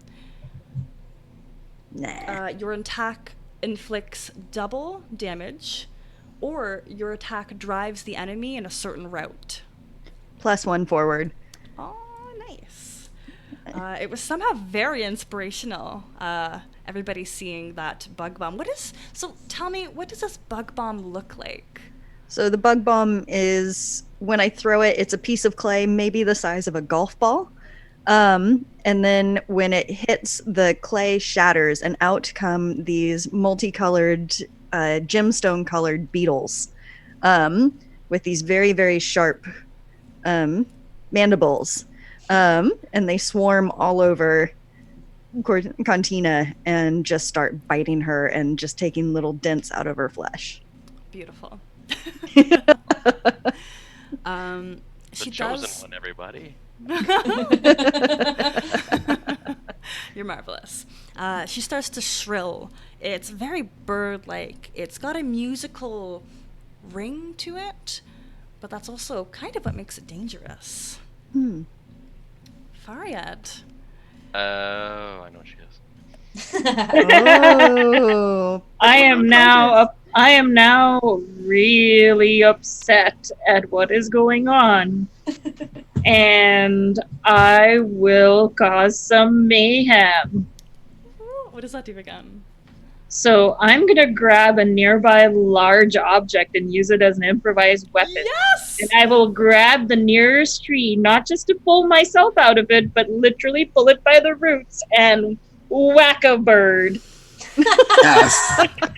So much yes. I'm gonna be a fugitive after this. So I think you have to determine what harm it'll cause, and I believe things that are sized a bus, truck, and wall cause 5 harm. Damn. Or a So- car, dumpster, boulder. Yeah. I feel like if it's something, we'll go with 4 harm. Okay. For a minute, I thought you were gonna pick Killian up. This is my I mean- improvised weapon. I might think, if we get into further trouble, I might consider that. If he causes us further trouble. Just throw me and like I'll Superman my way to her face. Okay, so I believe I do a kick-ass roll, inflict harm with it, and then roll again to see how much harm I actually cause, or something. That's what it says. Nope, just like the determining the damage it will do is just kind of on me to be like, yeah, Okay. it's kind of like a boulder. So yeah, just kick some ass. Oh! Is that a good ooh or a bad ooh? That sounds like a good one. Okay. Okay, so that is, does the +1 forward also, do I get a +1 forward because of Smudge's Yep. action? Okay, Oh, so that is 11 plus 2 plus 3, that is, Damn. So that's a really high number. It's a lot. A bunch. Oh, you did A great. lot.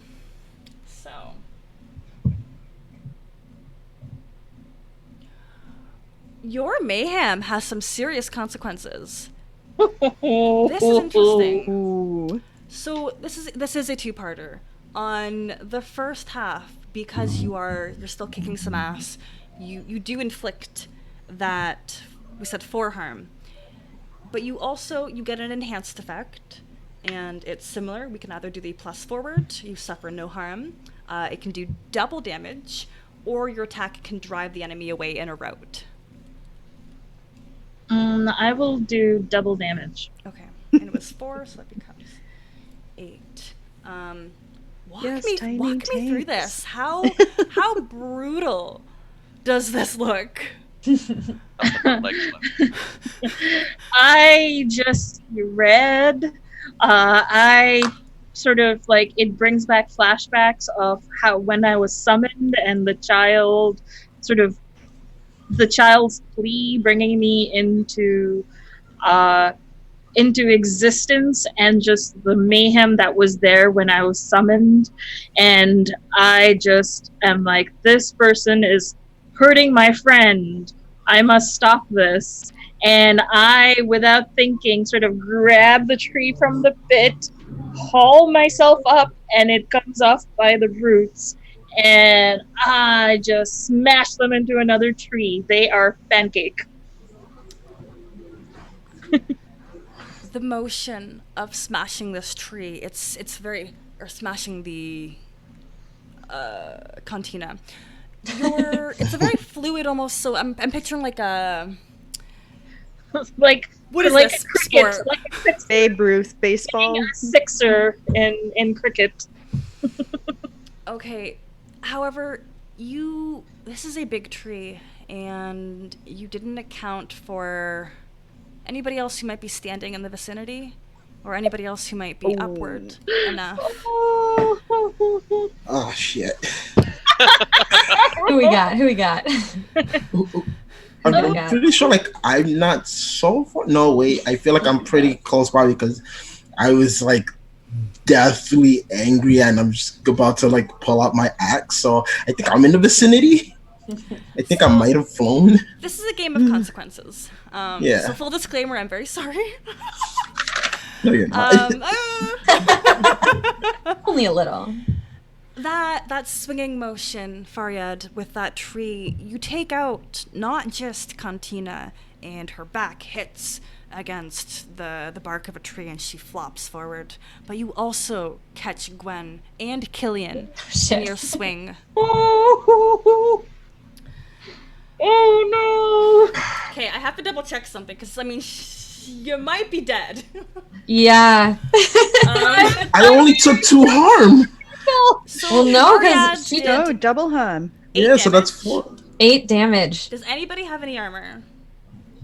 I don't think so. I do. I have 1 armor. I don't. I don't have armor. Oh shit, same here. It's okay. Oh no! I'm so sorry. If I wasn't unconscious, I could fix this.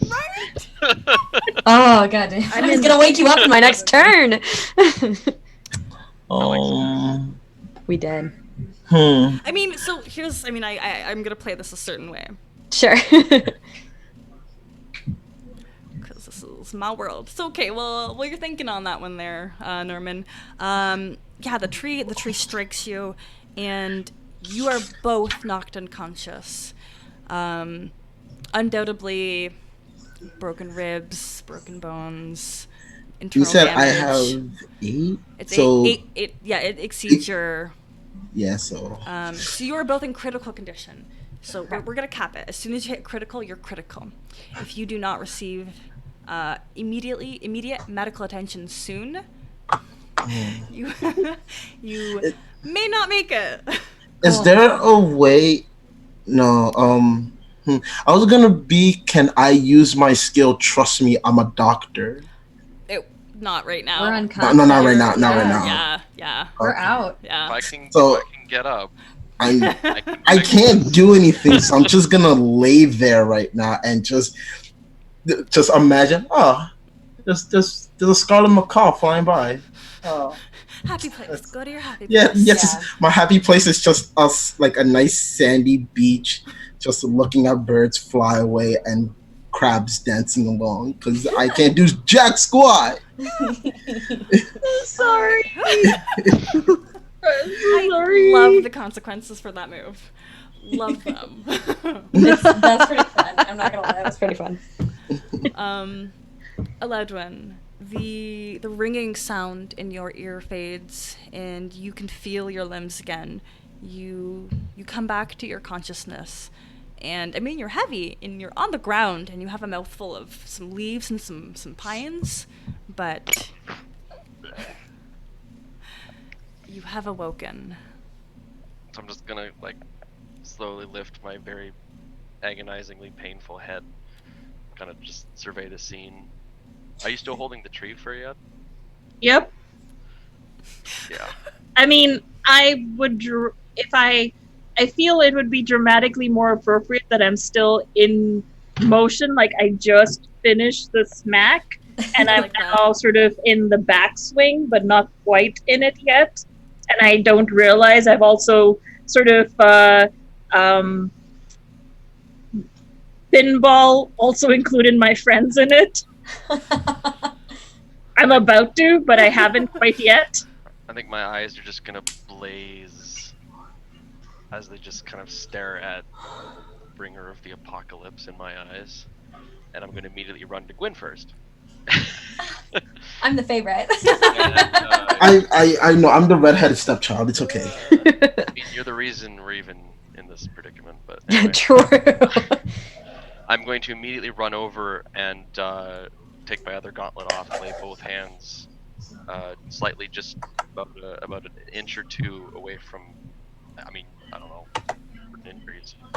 Just your body in general. All of it. It all hurts. It needs all of it. I'm going to channel the power of Sehanin as I begin muttering prayers in Elvish and use lay on hands. Wonderful. So that is an 8. So I heal 2 harm, but because it's not a 10 or higher, I end up taking the damage into my own body. I like that. So what is your, like, is there a certain light that... Yeah, it's so when my hands are hovering just above her broken body, the Aina Ithilnar spreads out from my hands, and as sort of radiant, sparkling moonbeam energy kind of cascades over, and I kind of start to grimace and wince as bruises and cuts kind of begin to appear on my body, tarnishing my already sunburnt face. And one of my fingers kind of just bends over backwards mid-heel, and I kind of stumble backwards as you are stabilized, but still horribly injured. Yeah. So yeah, so I was at my max, right? Basically. Yeah, So now I'm 2 yeah, less I than was- my max. Yeah, Okay. so you heal Still 2 unstable, harm. but No, you heal 2 harm, but you're stabilized. oh, okay, cool. Oh, That's cool. fancy.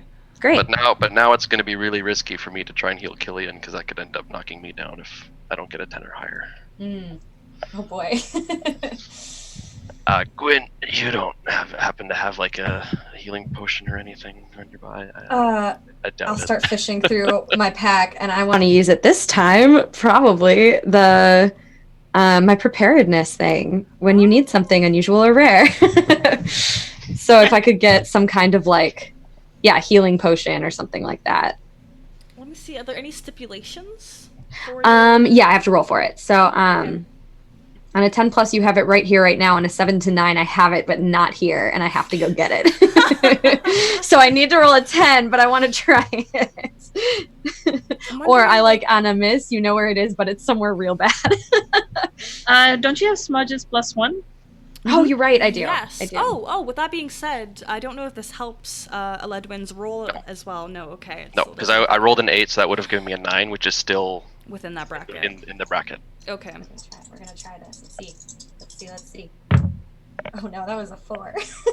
Well, 5. Well, hold on. Let me see what that actually comes out to. Because with the +1 and is it sharp? Yes. Yes. So actually, that's 4, 5, 6, 7. So I know where it is. It's just not here. So where was your medical kit that you forgot? Where did you leave it? I definitely left it on my desk in the library. And I go to where it usually is, and I go, shit, nope, definitely. I was replenishing it, and it's not here. I can get it. I'm not surprised. I'm so sorry. This might be a good time to mention that if I roll under 7, I overdo it, and it probably would kill him. So. Oh shit. Wait, I'm still knocked out? Oh, God. Yeah, All he right. only brought me back so far. Yeah. This could get bad real quick. Do we have any other options? Um, I Oh, 'cause almost isn't get- there- I kill almost 3 party members. Cantina's like out, right? So yes, There's all she's different- not. I mean, I'd imagine so. Considering Yeah. Cantina is Smudge.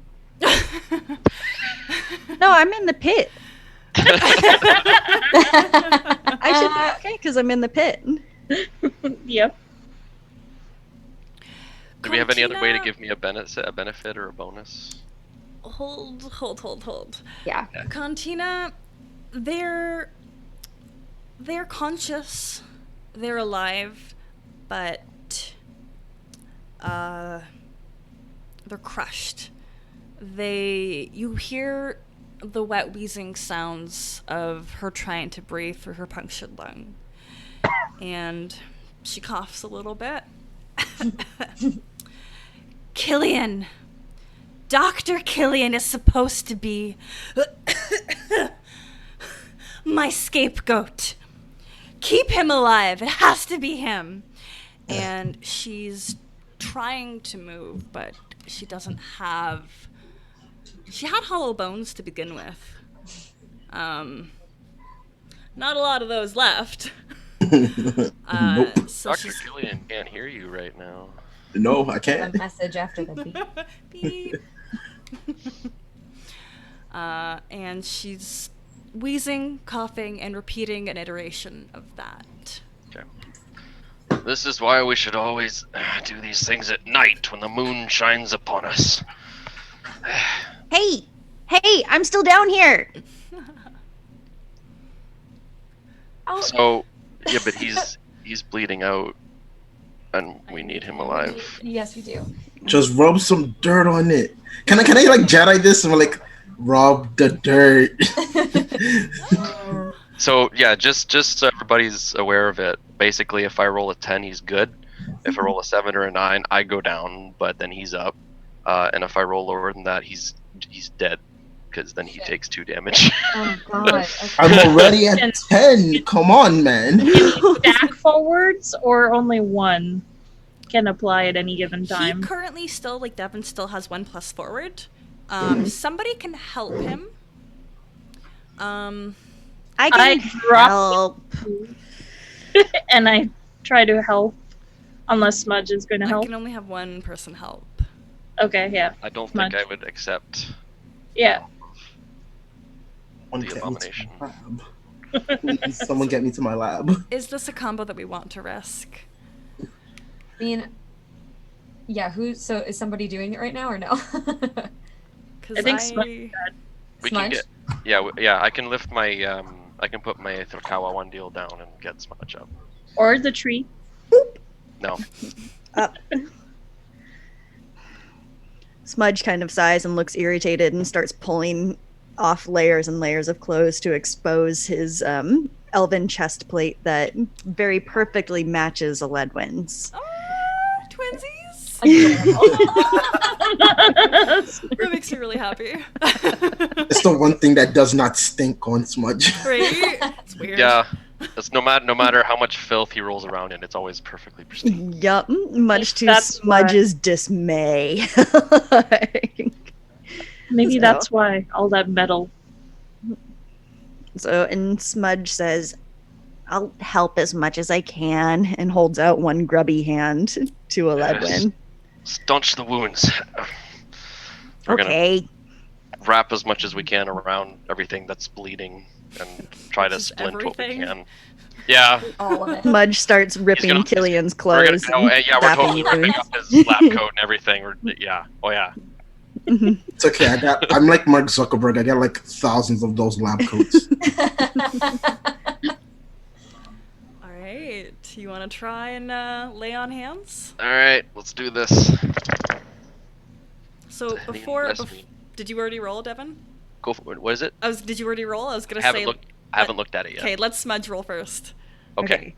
So help someone out. What is that plus? So, so there Plus are consequences cool. to helping, of course. Where is it? So that is an 8 plus cool, which is 2. Oh, that's a 10! Nice. So you do it. Nice. You're listening. You have followed instructions to the T. You wrap that cloth around those wounds. It's almost bizarre how well Smudge is like, yeah, and you're doing great. All right, Glad you learned something from me. As Aledwin does this, Smudge like just leans down and kind of licks one of the wounds that hasn't been wrapped yet, and then wraps a bandage around it. And then kind of does that like cat eating something that it doesn't like. Yep. Oh my god. So do I have bonuses to this then? So you or- officially have an Let's extra give it plus +1. 2. That's good because I rolled a 5, so that gives me just a 7, which is enough to heal him but knock me out. Oh damn. Okay. Better than the 5 that I would have. Whew. It's okay, because I'm up right now. You're stabilized. Yeah, I'm stabilized right You're now. stabilized, So pretty healed 2 harm, but I take 2 harm and I'm now unstable. Okay. But Killian has healing power. Exactly. So I went from 10 to 8. Yeah. So again, I'm gonna lay my hands just about an inch or 2 above just everything, and that moonlight energy will go through again. But this time, you're gonna kind of see like my nose is gonna like break on an angle, and some of my teeth are gonna kind of begin bleeding on the gums, and one of my fingernails just falls out. That's better. And then I'm just gonna like, as soon as the healing is done, I'm just gonna fall over. You hear that same heavy clank of armor as he hits the ground hard. But You guys are a Killian, mess. you take in that first breath of air, and it's the most painful but just like beautiful breath of air that you've ever had. Oh my You're god. alive. Oh. I got kicked by a chicken and I got hit by a tree. This is. I know I should have never left my lab. I'm blaming Gwen on this for making me come outside. Yeah. As I'm sitting there also just like blood everywhere. No. Yeah. Speaking Oh. of the chicken, where is she? Where's Cantina? She's passed out now, but she's mostly this. I hate to call it something like meat bag. She's Can I flat. double tap? Hold on. Wait, Fire. Before you decide you want to double tap, let me get out of the vicinity first before you Please let us move. Please let us move. Everything hurts. we move out the way. Shit. What happened to Ed? Why is he on the ground? Why is he? He healed me and then he healed you, but he took on a lot of our injuries, and so he needs help. Okay. All right. So this is now I can. I'm unconscious. Yeah. So now this should be So like I the can't perfect be time. like, don't let him touch me. Okay. Yeah, no, we have to let it happen. Yeah. No, I'm touching you. So and now this should be like the perfect time for me to be able to use. Trust me, I'm a doctor. Yes, there it is. There it Finally. is. So There we go. using my knowledge of medicine and autonomy to heal people, when you do first aid, roll plus weird, first aid can only be used once per injury. So if I get a 7 or 9, I get to heal 1 harm and stabilize the injury. If I get a 10 plus, you're stabilized and I heal 2 harm. So come on. Oh shit! I got a 10. Wait, 10 plus 2. That's a 12. Nice. So that's just like you do the thing. You heal 2 and stabilize. Yeah, so I stabilize the patient and they heal for 2 harm. So what exactly do you do to me? So, Yeah. Smudge is watching this very closely. okay. He remembered his med kit. Yeah, I actually ended up remembering that I took apple juice that I actually ended up spiking earlier for healing because I put a little bit of rose water. Excuse me. Mhm.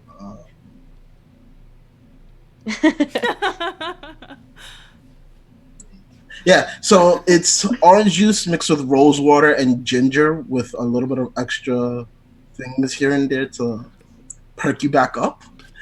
And I hold open Eldwin's mouth and I just start pouring some of it into his mouth so he can drink it and just like kind of like rub his gullet so he Like a swallows it dog. down. Like when you And, give a like, dog a pill. Drink it. Just drink it. It'll help you. This is so Don't dehumanizing. question me. Yeah. Yeah, So okay. As you're rubbing his neck, like the drink of life. There you go. What's your first breath of this? Does it taste like juice still, or is it? It's more of how can I put it? Have you ever? Like it's got No. ginger Yeah, and apple. it's ginger and apple, so it's like kind of a spicy taste to Yeah. it. Wow, Yeah, I citrus didn't let ginger. I didn't let it like ferment as much, so you could get like that good full effect. It's just enough to give you a kick, so you can like be, oh my god, I'm back. So Oh, is this jeez. kind of like an adrenaline shot? Because it's not Mm. like, are you Yeah. healing the wound still? And tell me, how does this affect his physical injuries? So yeah, so while it's running its course, it's like cleaning up the cuts that he might have experienced, stopping the bleeding because it's kind of acidic, so it'll stop the wounds from bleeding out of his gums. That or everything's gonna hurt more. Oh yeah, but it's gonna be in a good way. The only thing that I would have to do myself, which he's gonna hate, is that I had to take my 2 thumbs and set back his nose. No, I'll do it. Smudge, are you sure? Because I really am good at doing this, so I would rather do it. I do not fear you, you midget. Get out of here while I fix his nose. So I end up snapping his nose back into place, and And I'm assuming that's gonna wake me up. Probably. yeah, that's what basic breaking. Oh, by the moon's light. Oh, get away from me. How you feeling? Like hell. Yeah. That kind of sucked. Ah. So, what did I miss? Meat bags over there. Wham! Wham! Oh yeah. Oh, right. Yes. Sorry, I was doing the double tap. Were you doing that? Yep. We take cover. I kind of just spoke initially to see, like, still up, and then wham, wham. Okay. Whatever bones weren't flattened are very flat. Very, very flat. A harpy pancake.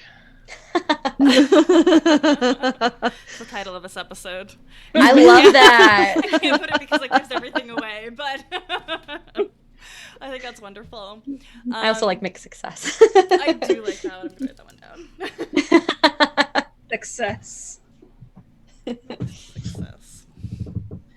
As Faryad is still kind of slamming away at the ground, and Smudge is agonizing and oohing and eyeing at all the open wounds, our 3 very injured, mostly very injured individuals are nursing their wounds.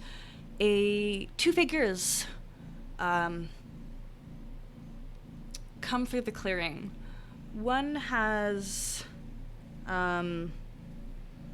long, straight, blue and black hair and the other has almost like chai-colored curly brown hair. And they walk through the clearing, and I mean, Faryad's the first thing they see. Wham! Wham! They're both holding clipboards. The woman steps forward. Excuse me, I believe you're my crew that I was supposed to meet this morning. Are you the new recruits for the Guild of Monster Hunters? We were. Are you dead? I pull the hair samples out. I'm like, what? Whose body I've been putting back together then at this whole entire time? Oh, new mystery. Oh. The woman strokes her long hair. What is her name? My name is Instructor Blue. I was supposed to meet you in the lobby this morning. However, nobody showed up. I believe that we have Dr. Killian, Gwyn, Yes, that is me. Ledwin, and she kind of can't tell which one is Skidmark and which one's Faryad. Do I have everybody correctly? I dropped the tree trunk so that it's right on Cantina. Dunk. Drop it. Like, it was in my hand, and I just drop it, and I raise my hand.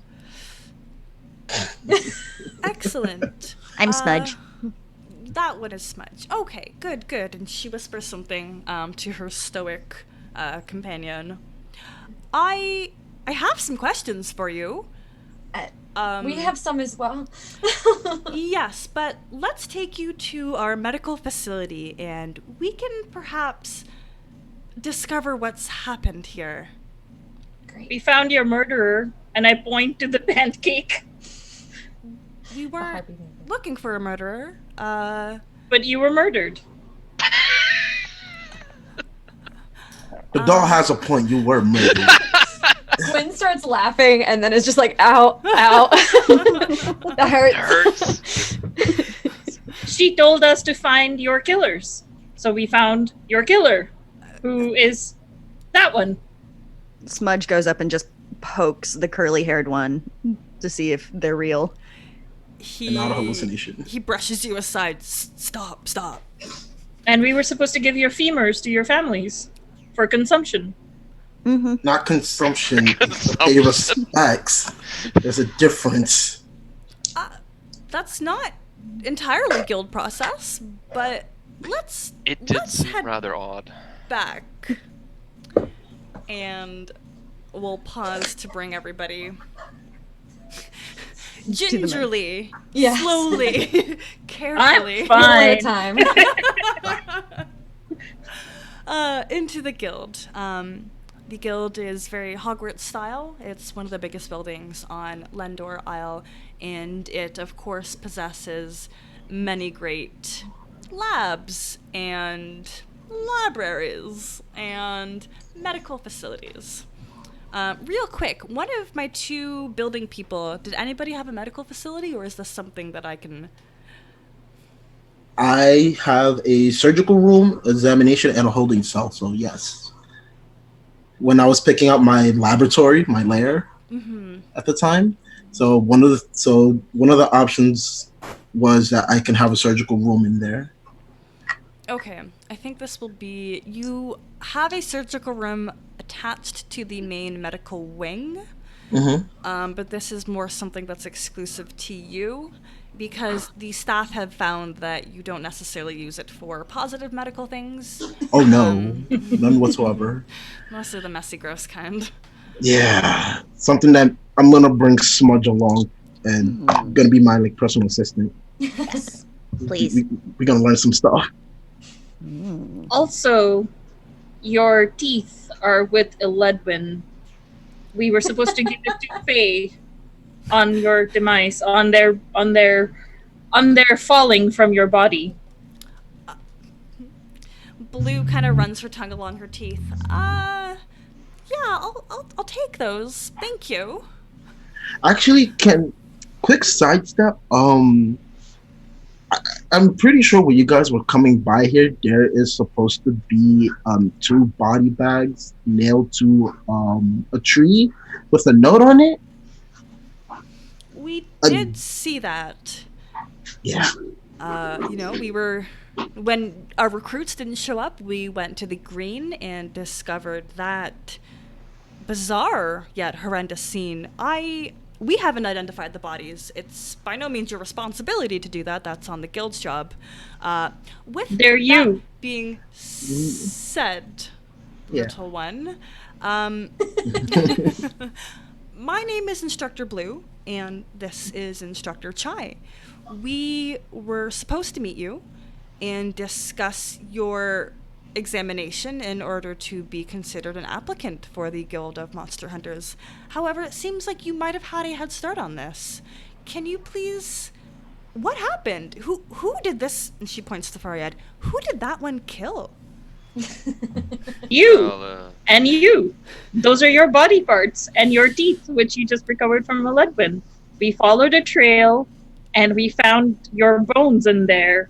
And then she came up to us and said, Dr. Killian Wilde was supposed to be the scapegoat, and he must be kept alive. And then you're now a pancake. The instructor's name who came up to us, her name was Cortina? Cantina. Cantina. How I was is going it to say that you're Cortana. I'm like, that's valedictorian? my handwriting sucks. How is it that you're valedictorian of our school and yet I know how to properly say the murderer's name? Because I was paying more attention to being hit with a giant tree. It kind of left my brain for a minute. But yes, she. I am said, sorry, Gwen. No, it's fine. It happens. But she told us she was an instructor and that you two had been murdered. She used both of your names, said you had been murdered. We needed to investigate your murders to get into the guild or as an examination. And we ended up in the forest while we were investigating that. And she came about, and I guess now she's a pancake. Interesting. We are the only two instructors here. Gwen, as you know, we've been here about 5 years, and it's been a successful run. We're going to retire next year. Congratulations. Yeah, we're looking forward to it. We're going to settle down, open up a fishing hut. You know, that's lovely. domestic dead. things. However, we must address the matter at hand, and I just want to set the scene. So we are, in fact, in the medical wing. For picture's sake, picture, the first couple movies of Harry Potter, kind of like the... What was that called? Hospital wing? Sanatorium? Hospital wing. It's just the hospital wing. It's Same nothing difference. So Gwen, Aledwin, Killian, you are in a bed, and you're all coated in this translucent blue-tinted goo. There is also on the bedside table, there is something that is similar color, but a more drinkable consistency. And this is what the doctor has prescribed everybody consume and put on their wounds for fast healing. So mark one less harm. I think by the end of the mystery, y'all should be good, but who knows what'll Four. happen. I'm at 7. well, you never know. The doll may decide to go crazy again. Well, I mean, it's only once a week, We so were just I trying like to to think that this will not stick and we reset, hopefully. So, under normal circumstances, there is... She was going to kill you. Our members are more professional, experienced guild members will look into this. However, it is my understanding that you are all here because you did want to join the Guild of Monster Hunters. Normally, I would put you through rigorous training, but after following the trail and discovering perhaps what you're capable of, she gives a very distinct look at the little clay figure. I think it would be in the guild's best interest to be able to make you all honorary guild members, let's say tomorrow. I don't like that. Of course, you will all have to meet with the headmaster. They will be the ones to decree you, to bequeath you with your badge. But please understand that under normal circumstances, the killing of a monster outside of monster hunting season is strictly forbidden. But If they attack us? you're supposed to call for help. And Okay. You do know the rules. We do have patrols that frequent the area. The borders are typically safe. While that is true, and I know you guys have borders, I don't think you guys would have probably made it in time while we're all being mangled and murdered. So please don't take this in a rude manner or a rude fashion that we were there, we murdered it, and we're somewhat alive because of it. I have taken that into consideration, and that is the purpose in which you will not face immediate consequences. Yes, Faryad. So what if our instructors harm us? This has been a rather unique situation, and I am having a hard time finding it in the rule books on how to apply this, which is why I am leaving this into the headmaster's hands, and I do believe that the solution that they will take is to appoint you honorary guild members. But this might set you behind as you have not gone through the week-long training. It is up to you if you would like to skip that and just become monster hunters right now. Well, tomorrow. Badge attached to metal. Pardon?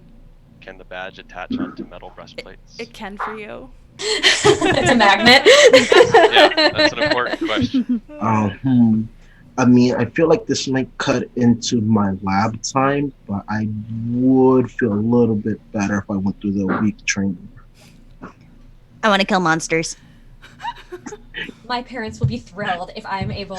Oh my goodness, I'm so excited. Yeah, we should just kill monsters.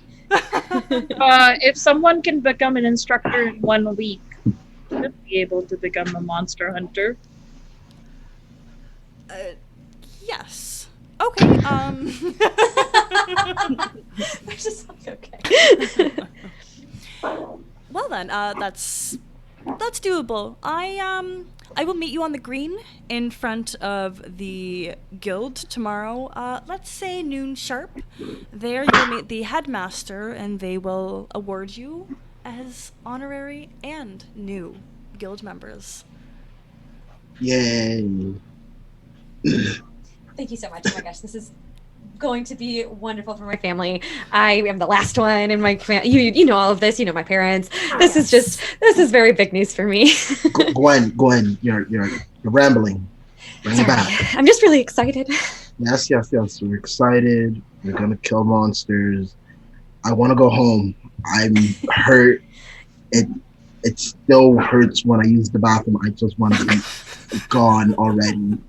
Please. Killian, we didn't know that. At all.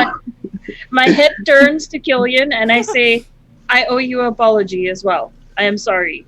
I did not mean to hit you with a tree. Well, if you want to make it up to me, you can allow me to study you in my lab. No. And my head turns around and I walk towards Gwen and I say, I am sorry. I did not mean to hit you with a tree. I know you didn't. It's okay. And I turn to, and my face again sort of rotates. Like, you notice that I never move my entire body. It's my head that always rotates and the body follows after. Terminator. And I go to 11 and I say, I am sorry. Oh, I did not hit you with a tree, so I'm sorry. And I just turn around. Walk. Smudge goes up to the instructors and says, if they're not your bones, whose are they? Yes, this is something that we will be working with. Real quick, Killian, what's your dad's name? Oh, I put down his You name wrote it at some as point, and I just never wrote it down. uh oh no wait, I never gave him a name. His name's Francis. Francis. Yeah, Francis Wild. Francis. Doctor. Dr. Yes, Dr. Francis Francis Wild. Wild. Oh. Yes, we will be working with Dr. Francis Wild to determine this because, I mean, we could have had 2 citizens that have been murdered, and this is unacceptable. It's our duty as guild members to protect these people, and if they're just dying in front of the guild, then that's unacceptable. That speaks about it speaks about our incompetence, and we can't have that. Yeah. I can help. If you give me one of the bones, I can help. You. She turns. I know things. Smudge, I don't think we're prepared for your things right now. Killian. I would Killian. rather prefer no, Ed. I would prefer if we would just let the medical professionals that we are to help examine this and clear it better than some I got a weird feeling and suddenly I know things. As much as I know how I finally come to understand that magic is a thing, great, but we still need facts and understanding on time, place, how, what, when. It's not your decision, Killian. Can I have a bone? Chosen has spoken. Blue taps her long nail on her lip. All right, don't tell my superiors. You know, you're a little cute. There's just something that makes me want to trust you. And Smudge gives a disgusting smile. I know. Oh my god. That's supposed to be an endearing smile, but it's just like It's full of totally black and disgusting. yellow. I keep picturing you kind of like a pug, like you're so ugly or cute, but with like more gross features. Cause like pugs are fluffy, fuzzy still, whereas you're licking his own snot. Grimy. yeah, you're like a bald pug. Oh God. Status image. Blue gets up and walks to the back room. You hear, you really shouldn't hear anything, but she does return with a small glass tube holding 1 finger bone. Here you are, and if it goes missing, well, it was never really cataloged anyways. Smudge grabs it and like hides it underneath somewhere in all of the mini clothing that he has. Will we talk tomorrow, Smudge? Sure. I do need to find out if you can learn anything about that. That would be ideal. I will tell you. Maybe. Excellent. Perhaps upon the rising of the moon, the sight will be more visible. Perhaps. And What that means. and then Smudge has one more thing to do when the instructors are gone. Okay. So for the end of my sessions, I'm a big fan of giving my characters a couple minutes of space to do character things. So we will resolve the conclusion of our adventure. Like there's some steps that we have to hit, but I want to kind of close off everybody's character's day a little bit. Let's start with Smudge because so the instructors and the doctor, everybody's left. Everybody's been cleared to go home with just simple instructions of drink 1 more liter of the healing gel, and you will be golden by tomorrow. Smudge might actually have 2 things to do. So first thing Smudge does is he goes and finds Killian. Killian, are you going to stay in the ward overnight, or are you going to head out pretty much immediately, do you think? Oh no, I don't trust medical facilities outside of my own, so I'm going straight back into my lab to get back to work. Okay. Smudge follows you and does the children tugging on the coat thing and gets you to bend down. So I get on one knee and I get at pretty much level with you, and I ask Smudge, what is it? And Smudge takes out a horribly rusty, crooked iron dagger, grabs you by the lapel, and shoves it under your throat. What? And says, "If you harm Faryad, I will harm you worse." Do you Uh, understand? Can I make you I, roll? I understand bad breath. That's what I understand. Do you understand exactly how I will hurt you? You will not die. You will suffer. Do you want to roll against Killian? Yeah. I'm gonna say I'm just like standing, looking out the window at this, just like So what am I rolling? I'm rolling a what? So this is only going to be on Smudge because Smudge is trying to coerce you into not harming Faryad. Mhm. Is it plus anything? Is it a manipulate It someone? will be or? manipulate somebody, so plus charm. Ooh. So that is. Let me double check. That's a 7. Okay. Okay. So am I rolling? Nope. Nope. So it's Oh. the mixed success, which in this kind of situation is pretty neutral. So it does lead you to respond like you will comply, but you can be as difficult about it as you would like.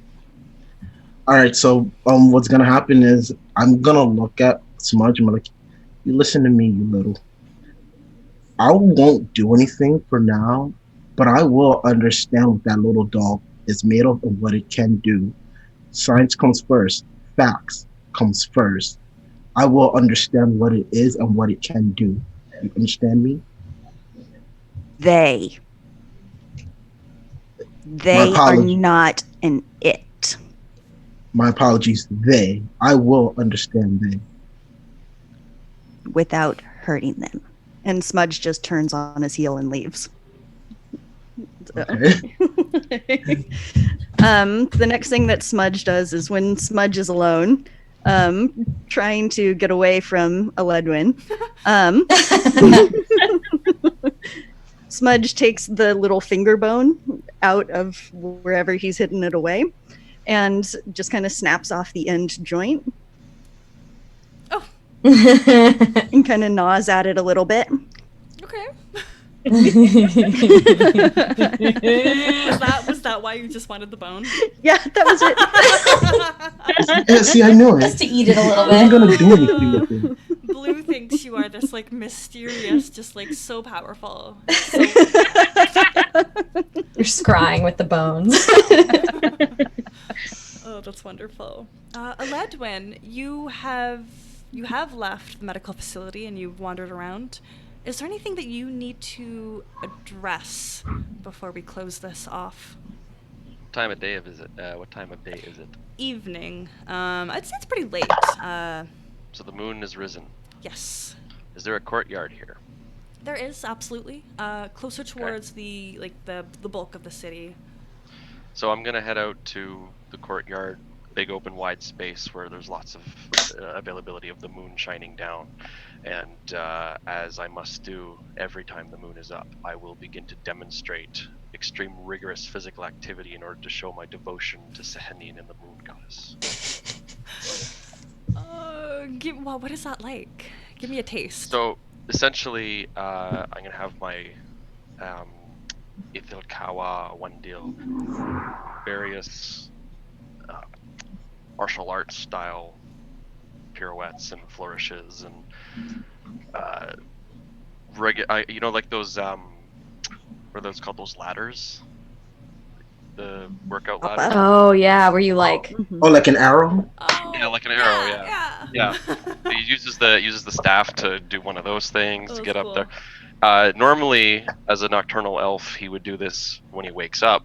Unfortunately, having to be through the day means this is done at the end of the day instead.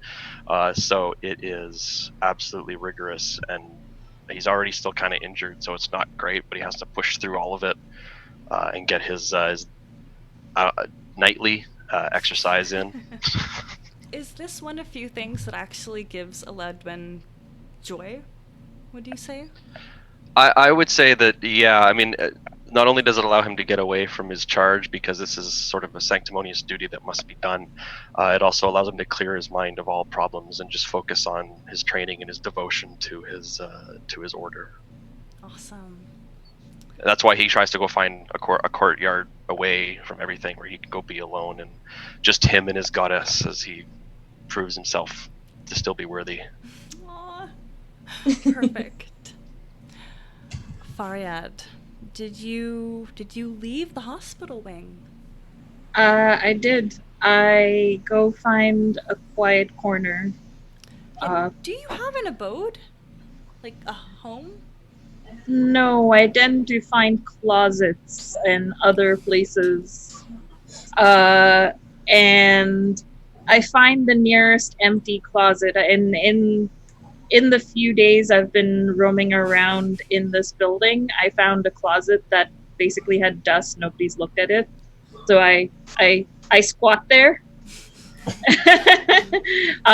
So I go into it, close the door, stand in an upright position, like sort of stowed away position, and I close my eyes and I think about how today paralleled the time I was summoned. And I hear the cries of people as there is destruction and mayhem happening, not of my own making. This is just moments before I was summoned. And a child crying over the body of his dead parents makes a plea. And I, in almost the same shape and size as the child, am formed. And the child starts like rage crying, and I follow the movements and I grab the nearest pillar, but it was a structural pillar. So as I killed the goblin raid that was killing everyone, I also tore the house down and killed the child as well. Damn. All my feelings. Yep. And as I'm sort of thinking about it, one sort of reddish wetness starts coming. I wanted to ask, how do you manage the emotions of your consequences? Because it almost seems like no matter what you do, no matter where you are, just almost like bad luck follows you. By going in a closet. And crying. My oh my. Same GBH. That's Big a mood. Big mood. Killian, Yeah. how's your lab doing? Well, I like to think that I'm still like in a cast, no less, for my arm. So I go in. I am pissed off of getting basically framed. I had a little goblin try to like, what's the term? Strong arm me. Yeah, and then I got an elf over here that's like being overly snooty, so I want to just like make him ugly at some point by cutting up his face. So when I get to the lab, I get in, I lock it, and the first thing you hear is just glass hit the wall because I am that angry and frustrated. So after you hear that glass sound, and it says me, I'm gonna listen to what some elf and a goblin told me what to do. No.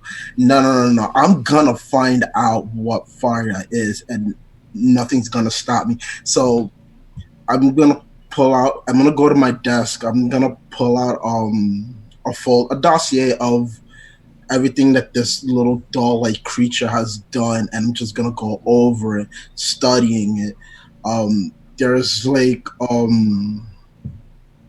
like a photo. It's like there's like a little family photo, and what you're gonna see is like, don't worry, I'm doing this for you. I'm gonna bring you back one way or another. If it's the last thing I do, I swear. And what it is, it's actually a picture of me being held by my mom.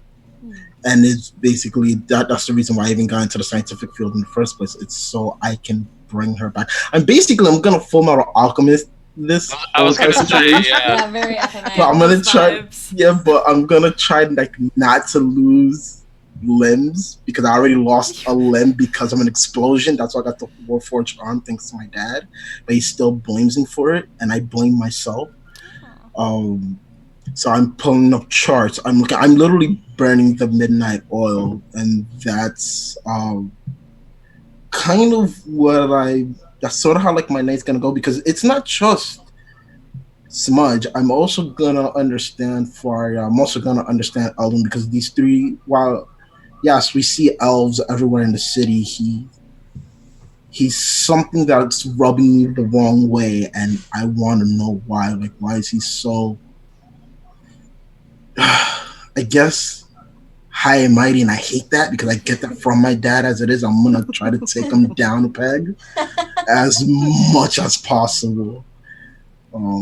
But I also have to worry about like, but now I gotta try to be very low key about it because I don't want Gwen coming in this, and then it's gonna be a whole choose her because she's like my sort of my best friend, but at the same time I want to freaking just I want to make Eldwin so goddamn ugly.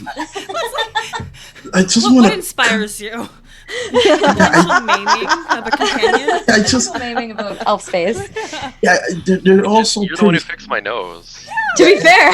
You do not understand how much pleasure I got from me setting your nose back into place, hearing that crunch. But I had to be a bit of a professional about it and show some sort of tableside manners. Did you even? Like... Barely. Barely. Barely. So, okay, perfect. that's about it. And then last but not least, Gwen, do you go where do you go home? Are your parents home? First question, were we released or are we just kind of like, they're like, you can do what you want? Like, You are released. Yeah, you've been Okay, cleared great. to go home. Just on the conditions that you drink, what did I say? A liter of the blue Sure. healing salve. Gwen's a rule follower. She will do whatever she's told in that sense. So she takes all of her medicine home with her. Yeah, she would definitely go home. She's like so stoked. And yeah, I imagine she would go straight to her parents and just be like, oh my God, I'm in, I did it, oh my God. And be really excited about it. And, you know, explain the whole day in very, like, a lot of detail, and then it'll kind of get hazy around where she gets hit, and then be like, but it's fine. And then after she's kind of like, you know, done all of this and talked to her parents, she would go probably to the library and pull out a book. Did somebody at some point say she was a harpy, like out loud in game, or was that out of character? Ledwin, did you? I mean, Do we know? it's kind of up to you, I guess. I mean, Sure. I as a player knew she was a harpy. Right. I could say Eladwen may have known that. Well, then maybe He has been around for a while. He's probably seen some stuff. Well, then I'll put it this way. I'll say she then just wants to go figure out exactly what she was. And so she'll start pouring through some of her books and seeing if she can figure out more about her and what happened and all of that. Because she just wants to start the day right tomorrow. Already getting a head start on it. Like, yes. you should be at home Doing her resting. homework. Excellent. Nerd. Yeah. Well, yeah, look who's talking. Okay. Yeah. Let me double check something. Okay, excellent. So the scene does fade with the moon high in the sky, and Eledwin is swinging away his staff, going through the motions that he goes through every night. Faryad is sitting alone in a dark closet, and only one Crying. tear falls down their eye. Smudge, you were partying on your own? Like, what do you... eating? Hiding on my own somewhere nasty, so like in a rubbish pile or something. Okay. Yeah, in a refuse pile on the side of the road, there is Smudge, contentedly nibbling on the tip of the finger bone. Killian is feeling a lot of his emotions via rage, the shatter of glass, and then the frustrations at not being able to accomplish what he wants.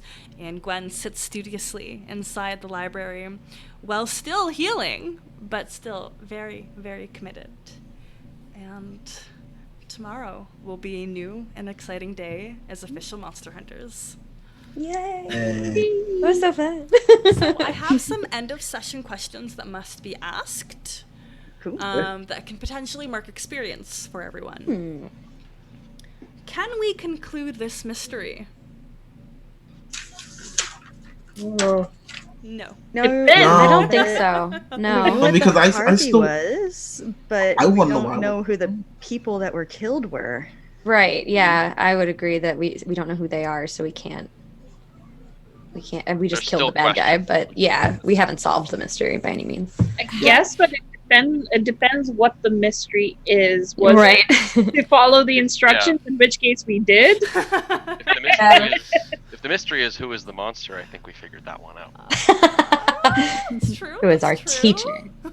For me personally, I want to know why the hell was I framed?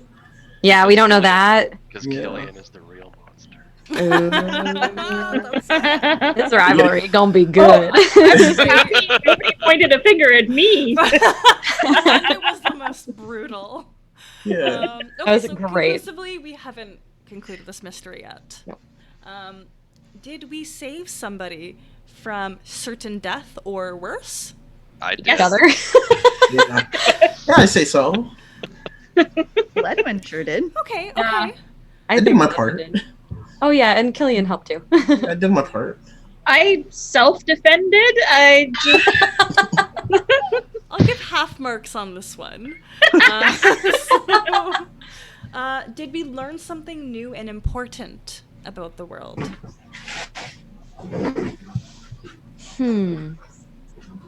the guild is actually really incompetent. They don't know what's happening. I don't know. I don't think so.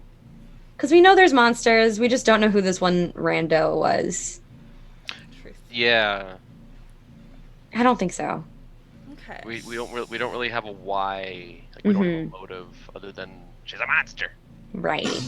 And then finally, did we learn something new and important about one of the other hunters? I would say that's true.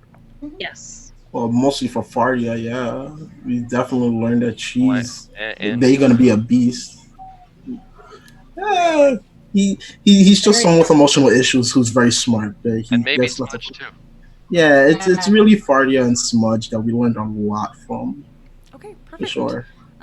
So I think, comfortably, everybody can get one experience from this. Yeah. Okay. And harm-wise, we're going to be good by the end of the day, or like? Yeah, by our next session, everybody will have healed. Okay, cool. Make sure I just mark that so I don't come in and be like, why do I have 4 harm? What Maybe happened? I just started so bad. All right, I've got a couple of things just to cover really quickly. So first off, thank you everybody for joining this game of Who Are the Monsters? It has Are been the monsters. wonderful. We've got a lot of monsters just like partying with us already. It's good. It's questionable, but it's good. So are we monsters or monsters? Monster. I like the latter. What do I gotta do? Okay, so I guess this is I'm really bad at plugs, but I will try and plug the Patreon for the Greyhawk channel. Supporting channels like this means that more people like myself and these wonderful folks can continue to create content. And if you want to see more allies potentially kill their allies, donate to our Patreon. Yeah. And if you just want to chat about how utterly absurd everything is, you are more than welcome to join the Greyhawk channel Discord and come talk with us, because I think that would be great. It's a party over there. All right. Well, thank you everybody for joining, and enjoy your night. Thank you. Bye. Keep waving awkwardly until we're Oh, you get one wave and that's it. Thank you for being here today. the queen's